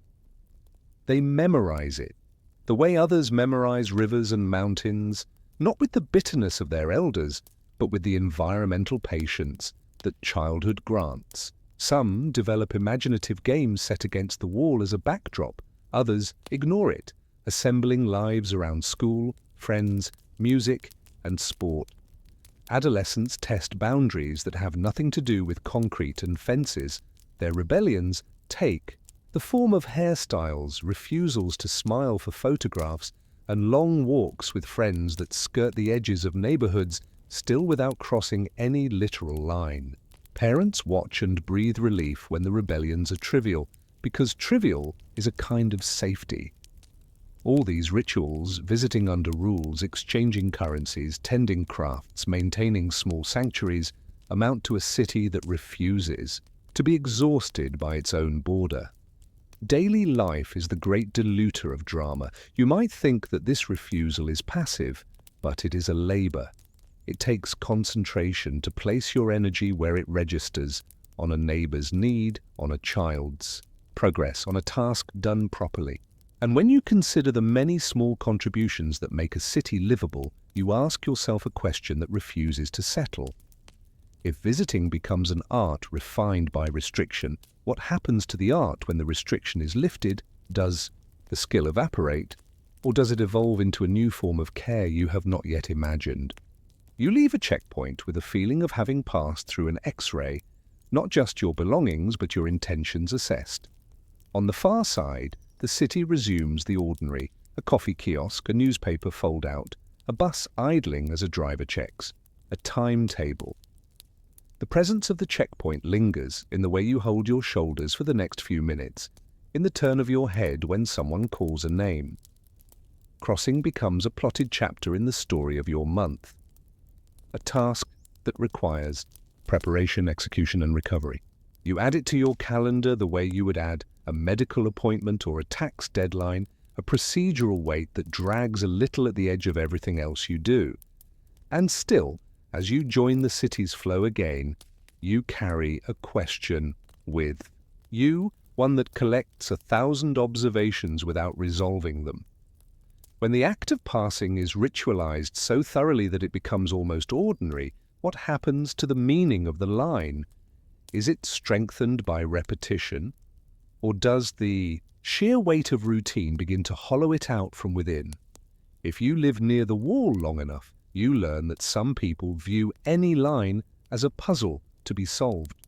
The earliest days after the border hardened brought a rush of desperate improvisations, jumps from windows whose sills suddenly overlooked another country, sprints across open streets while crowds shouted and held their breath, a leap by a young, uniformed man over barbed wire captured in a single perfect motion that made a poster of possibility.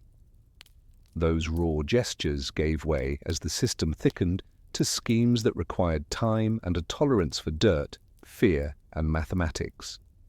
Tunnels became the most patient tactic. The work started in basements, in back rooms where linoleum was lifted and a trowel met sand.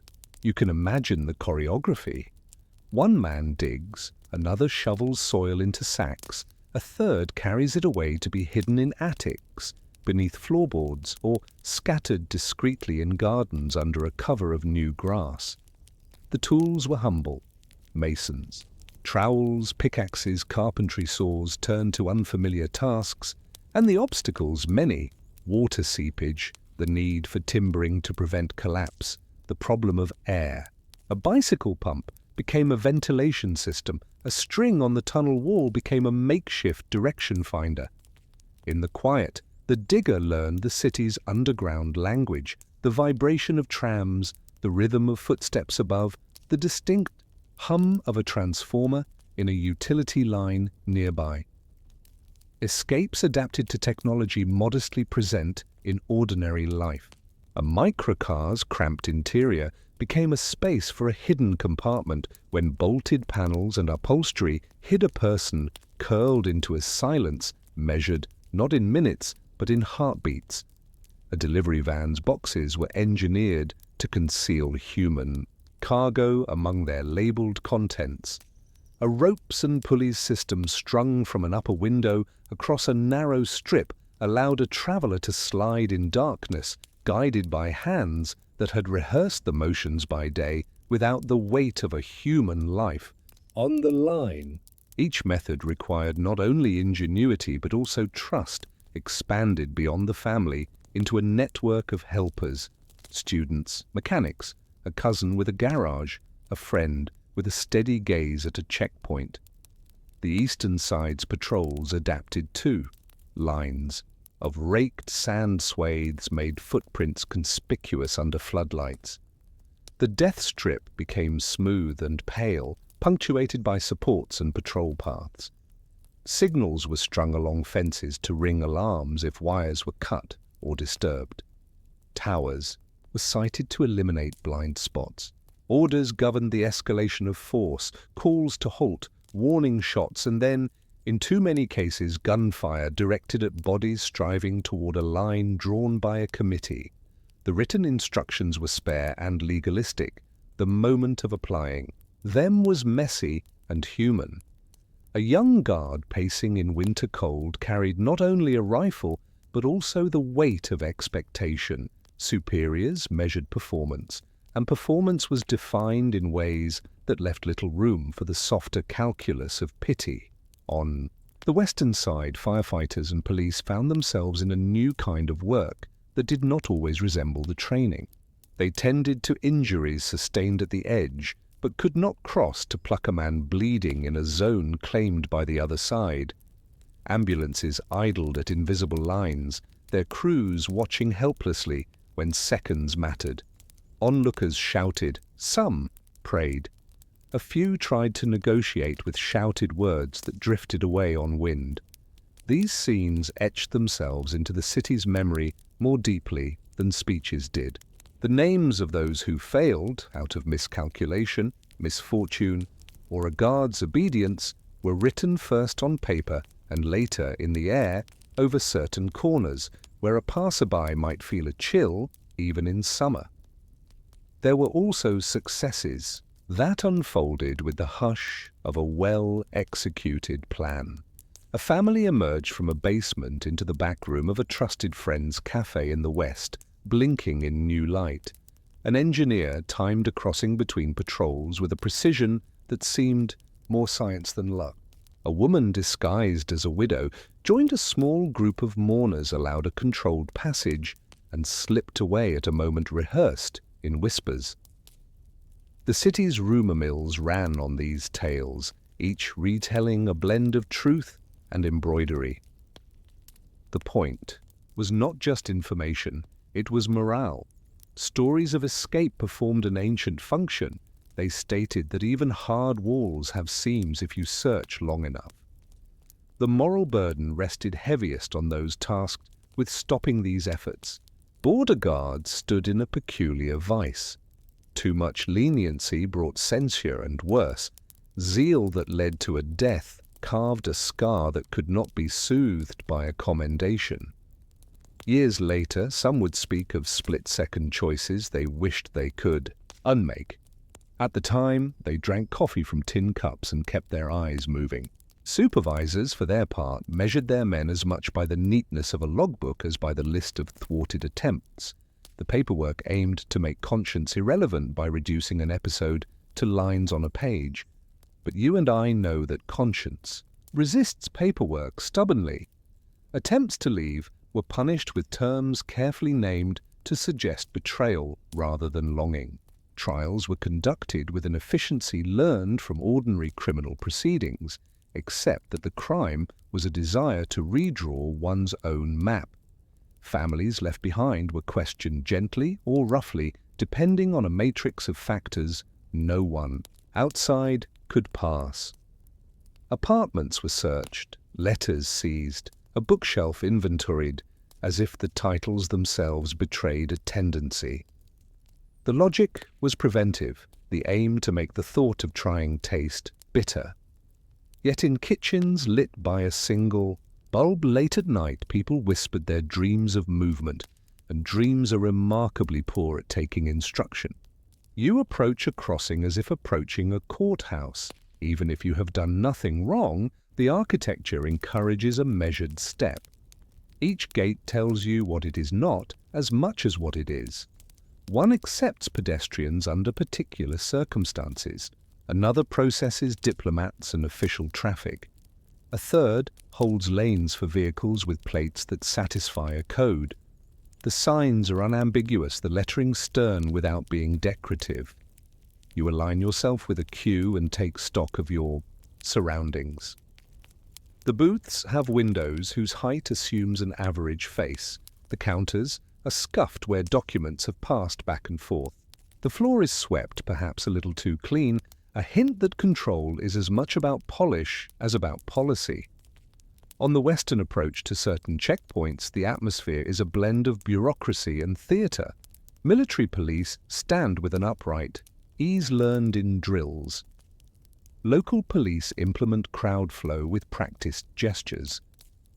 Map-like diagrams pinned on walls inside offices show a choreography of lanes that might remind a visitor of a well-organized car park.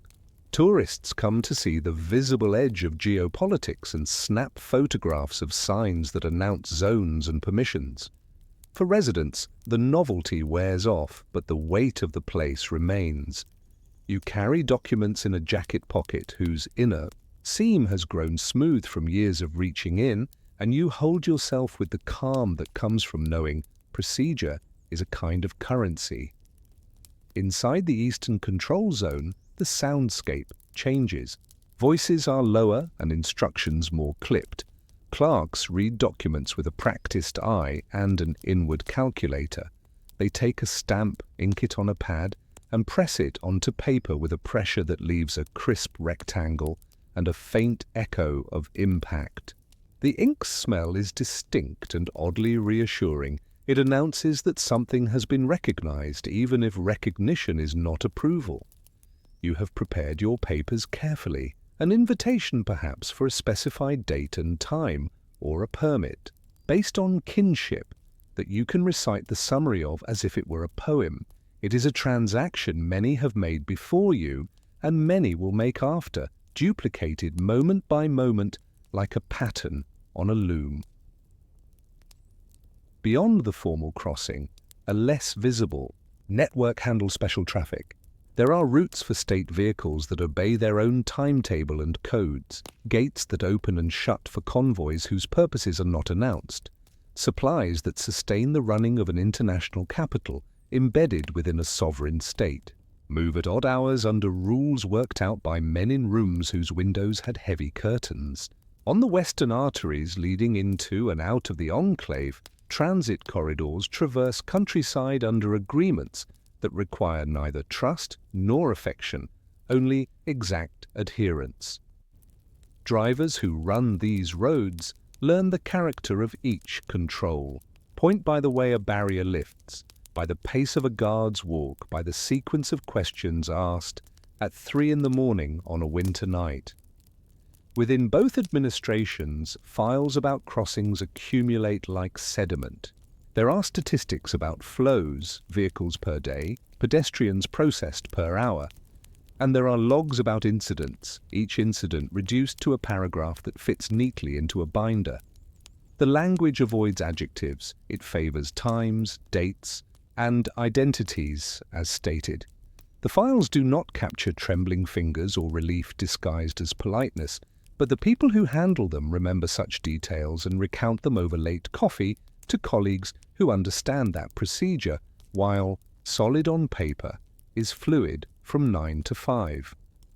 The continued existence of formal points of passage ensures that certain human transactions survive. An aunt brings pastries meticulously packaged and a family recipe written on the back of a paper already printed with something else.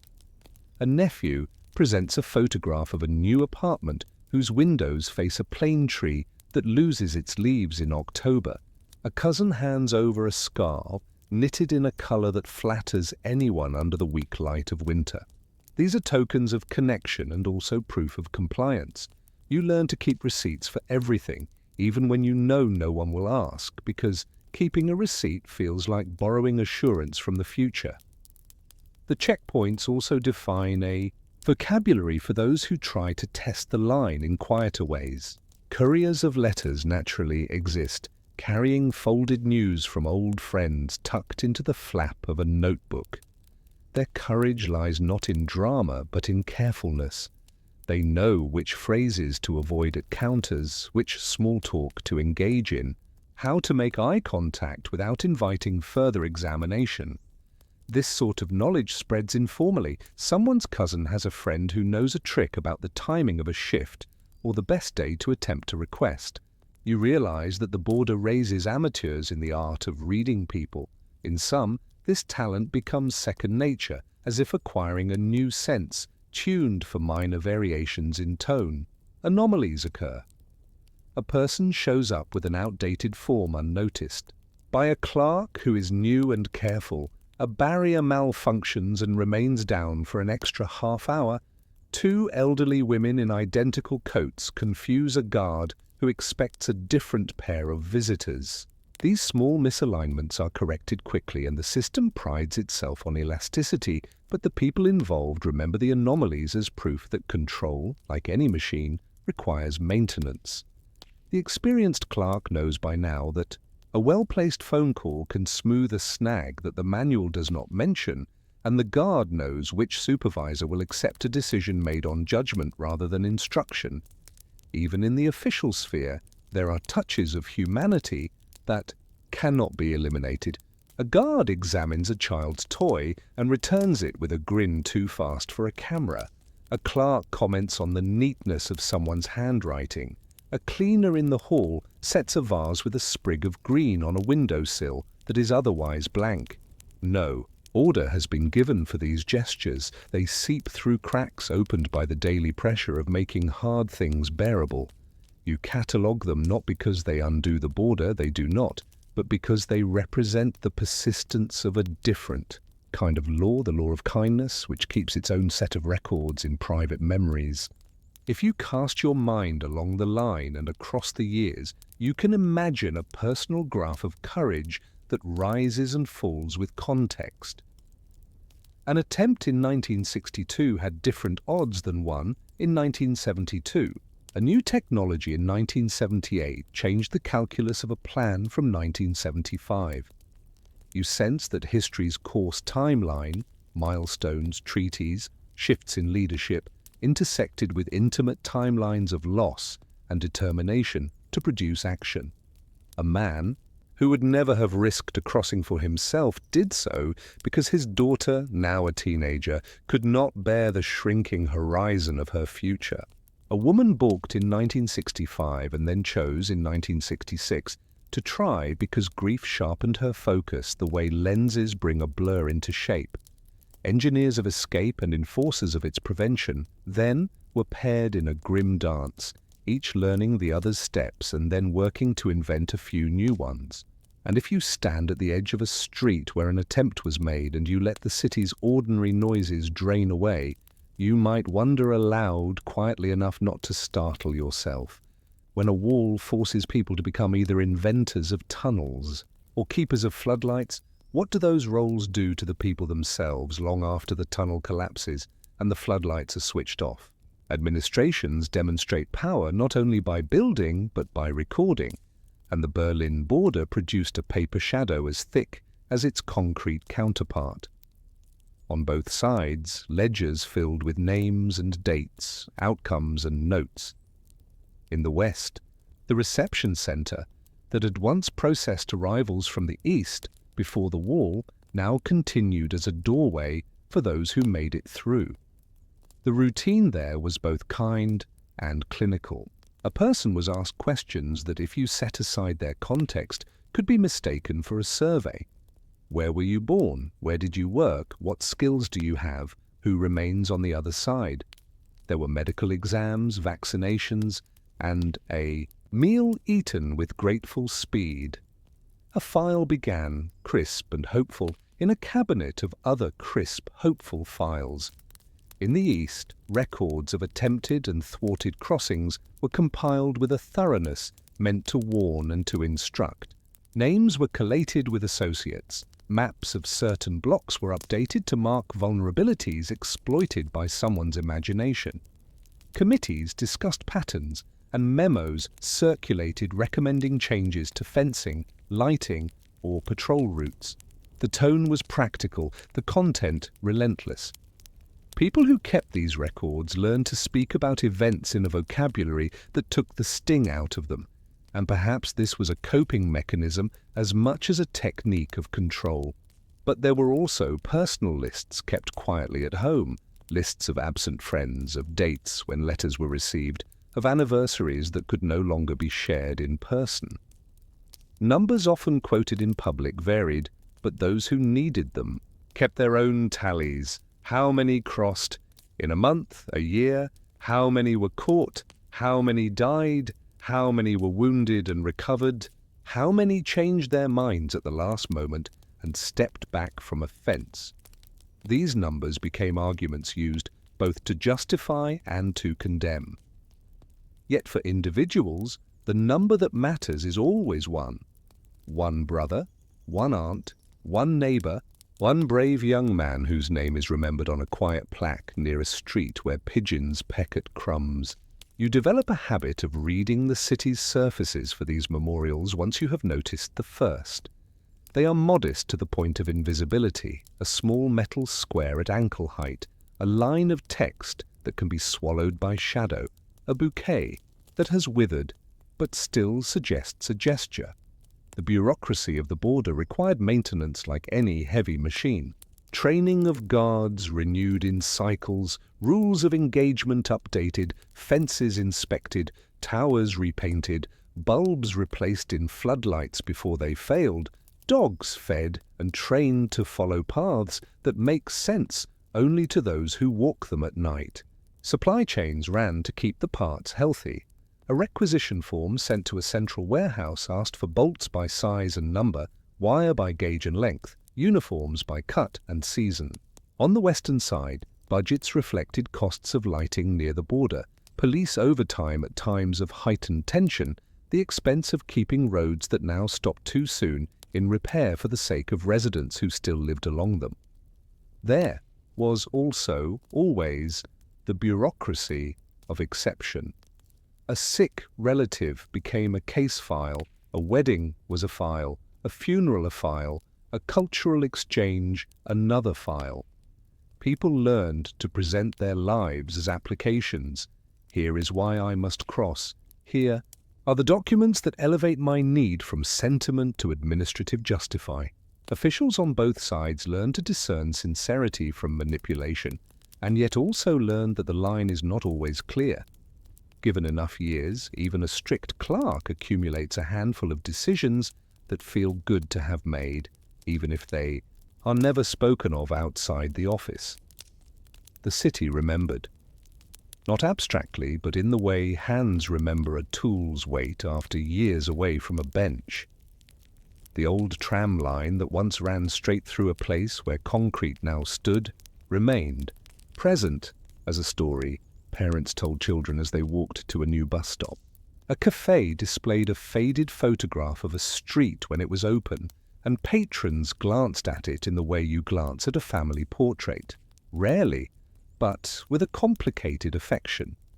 Museums mounted exhibitions of objects born of division, passports, permits, a section of fence, a guard's cap, a child's toy that was used as a hiding place, and visitors wandered in quiet loops, reading labels and recalibrating the scale of their own routines in the face of such artifacts.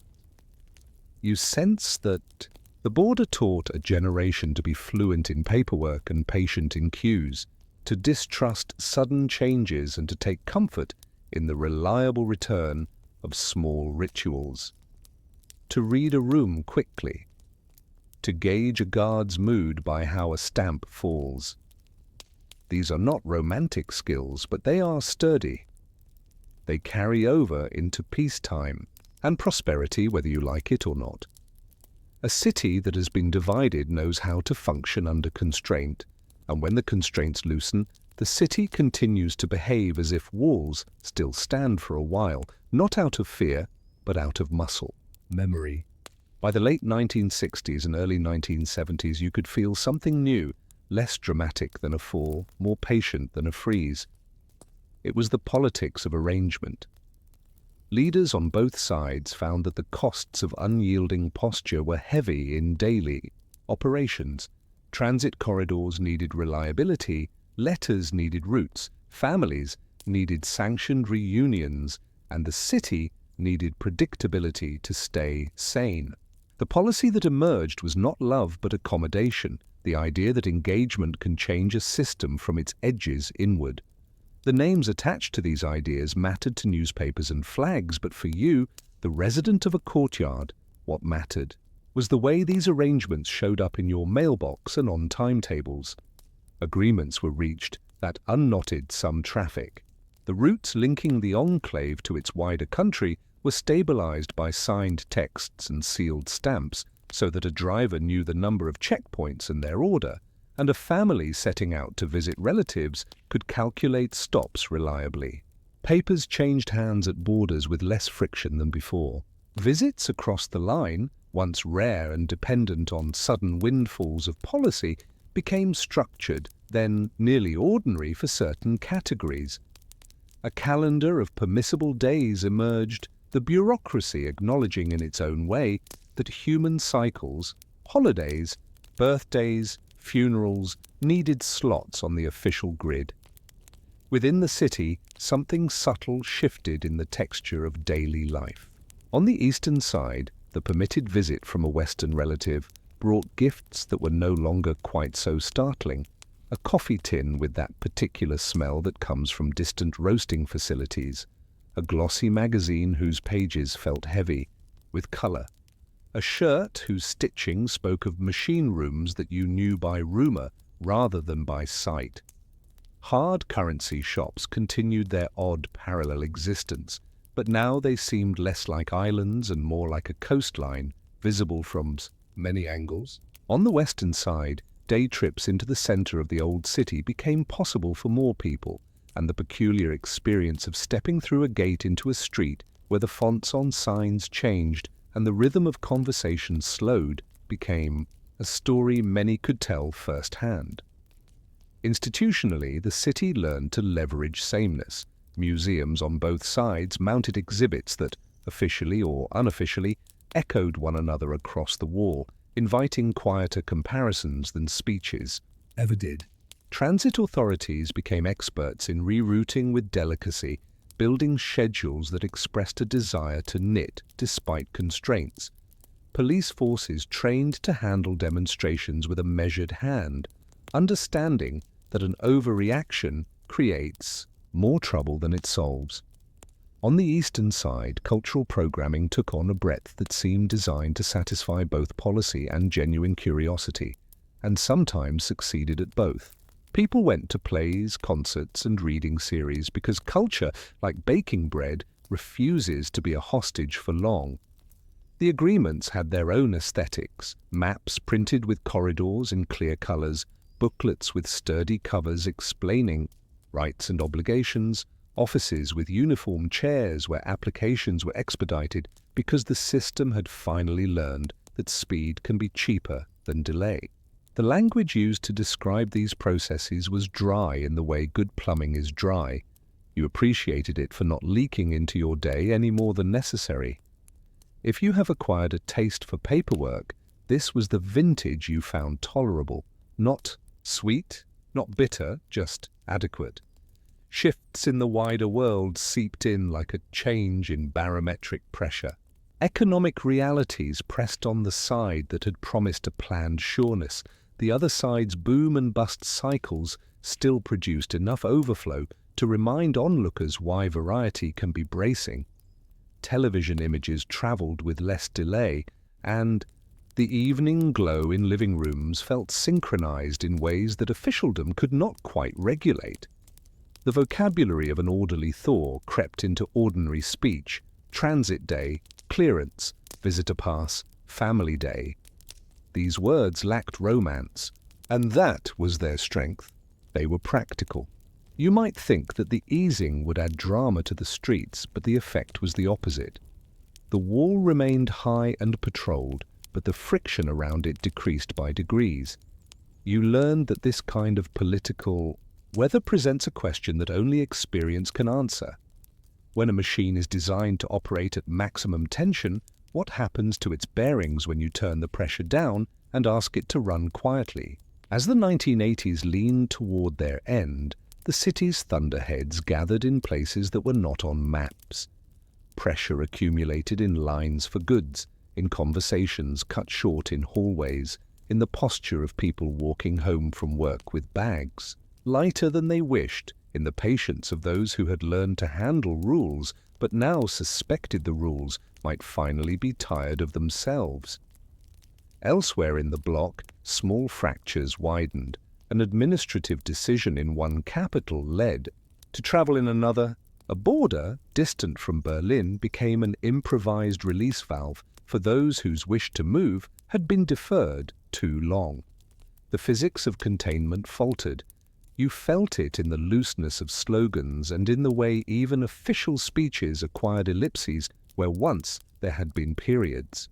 In the city, the weekly routine of public assembly took on a confidence that surprised even the assemblies themselves. People gathered, and they gathered again and again, learning the choreography of peaceful insistence: candles, songs, measured steps, clear demands.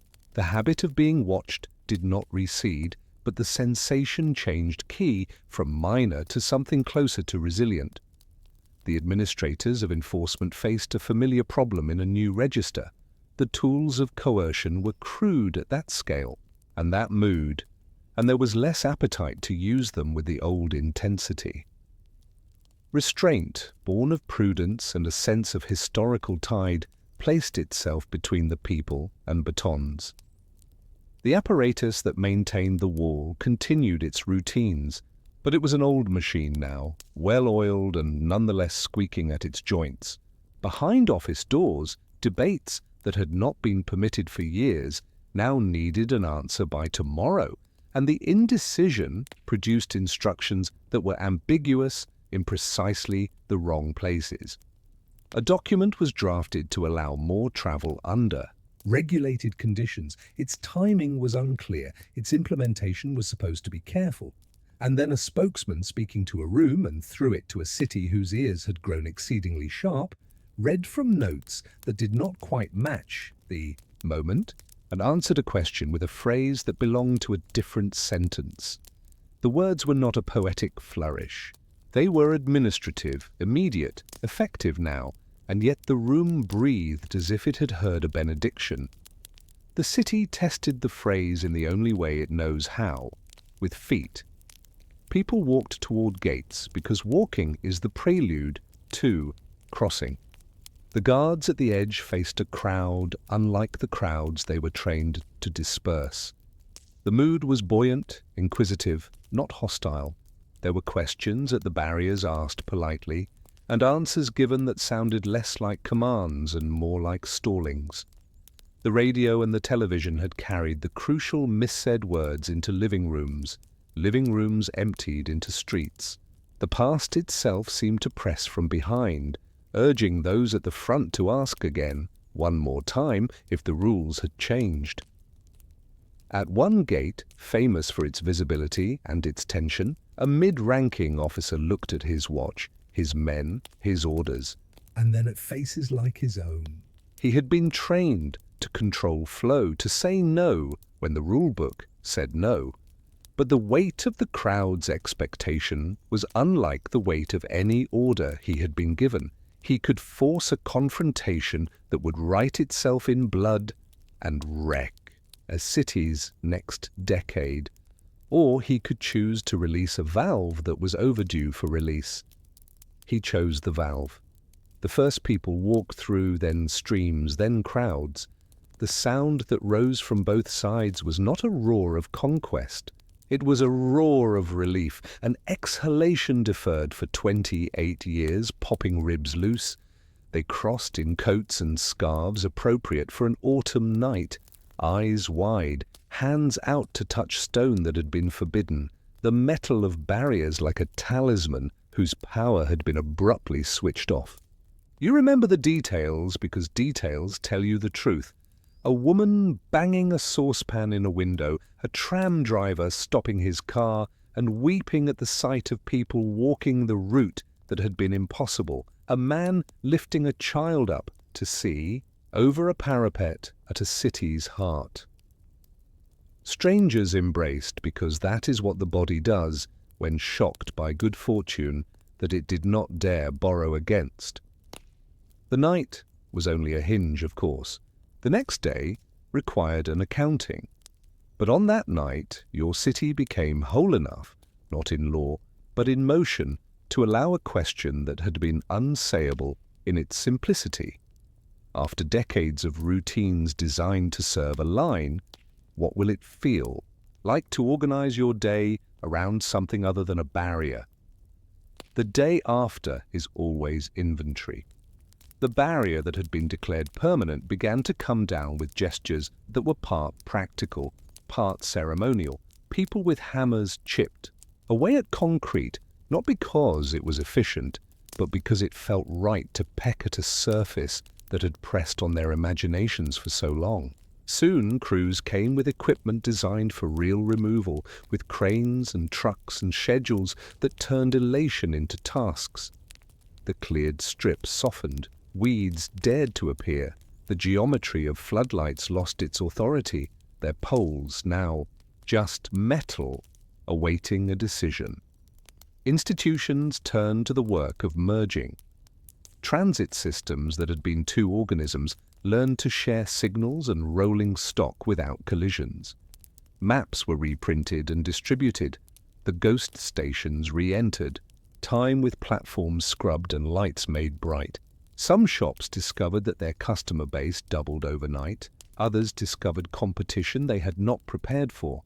High on the list of any city's crucial chores is trash collection, and you knew the new era was real when garbage trucks, from one system and then the other, appeared on streets previously off-limits, and the bins were emptied according to a timetable that disregarded old edges. The economy asked questions that morality could not answer by itself. Factories in the East, used to planning privileges and protected markets, met the wind of competition with mixed results. Some adapted and thrived, others closed, their gates rusting and their workers standing on pavements, reading notices with a blend of anger and stamina. The long German word for restructuring entered the air, and with it a second border of experience formed between those who benefited quickly and those who were asked to carry patience. Offices in the West that had handled filings about visits now handled filings about titles to land and houses, and the file cabinets groaned with the weight of property histories complicated by decades of rule changes. Families reunited had to learn the algebra of closeness again. A brother and sister who had been perfect correspondents were not automatically perfect neighbors. Familiarity is a craft like any other, and it must be practiced. Couples who had constructed a life that endures absence had to learn how to share a sink, a bed, a morning's first words. Streets that had stared into blank stone now opened, and with opening came noise, traffic, and the irritating particulars of a real city that does not curate its soundscape for your peace of mind. This was a good problem to have, but it was still a problem. You discovered that you could be grateful and exhausted simultaneously. The city debated what to remember and how. Sections of the barrier were preserved and painted or left raw, towers dismantled or turned into exhibits, crossing halls converted into spaces that commemorated both the ferocity of control and the quiet heroism of those who waited in line well and kept their dignity. A museum might display a passport with an obsolete stamp next to a child's backpack used to carry a change of clothes across a night. Street names were reconsidered.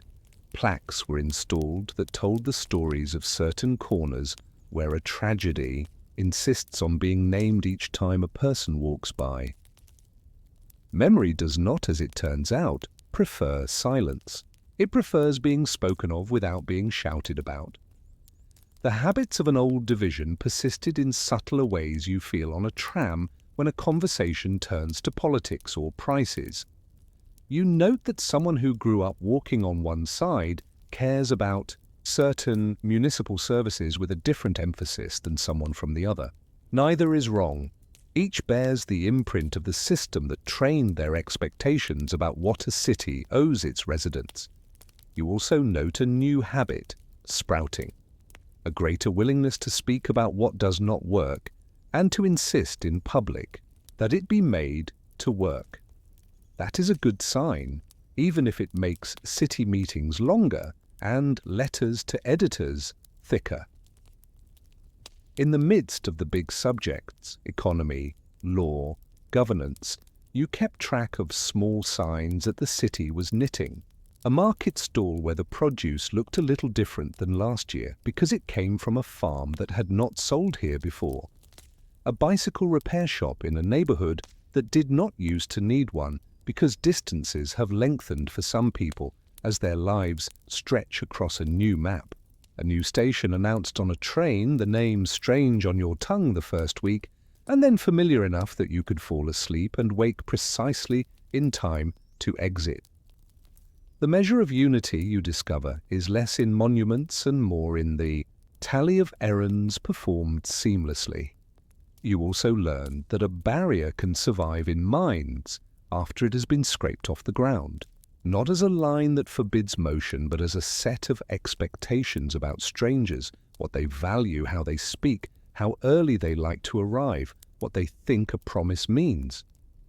Some of these expectations prove true enough, others dissolve as soon as you share a project, a kitchen, a bus stop. The antidote to mental borders is not rhetoric. It is collaboration, the boring kind that asks two people to agree on a shopping list or a schedule, and then to be patient when a bus is late and a child is tired. Night returns, but it is a different night than it was, where floodlights used. To cut white angles into the air, street lamps cast a softer amber over cobblestones on streets that now lead somewhere. A couple strolls where once a guard paced. A child on a scooter chases a beam of flashlight held by a parent who is laughing. A dog pauses and considers a smell that was inaccessible to dogs of earlier generations. You stand still and count breaths and accept that this city has taught you something you did not expect, that the work of rejoining is not a single event but a practice measured in months and then years, and then in the humdrum act of knowing precisely where your keys are as you head out to take a tram across what used to be a boundary. In the end, you hold in your mind two images that seem incompatible and yet belong to the same place, a night of opening gates and a quiet morning. A decade later, when you walk to a bakery on a route that would once have been impossible, both are true and both are necessary because a story that does not contain both a hinge and a habit is not a story about a city at all. And as you turn toward home with a paper bag that smells of warm bread under your arm, you ask the last question in a long chain of them. If the most dramatic change in your life arrived all at once, but its meaning unfolded through 1,000 small routines, which of those two, the hinge or the habit, will you remember most clearly when someone younger asks what it felt like to live through a wall and watch it fall?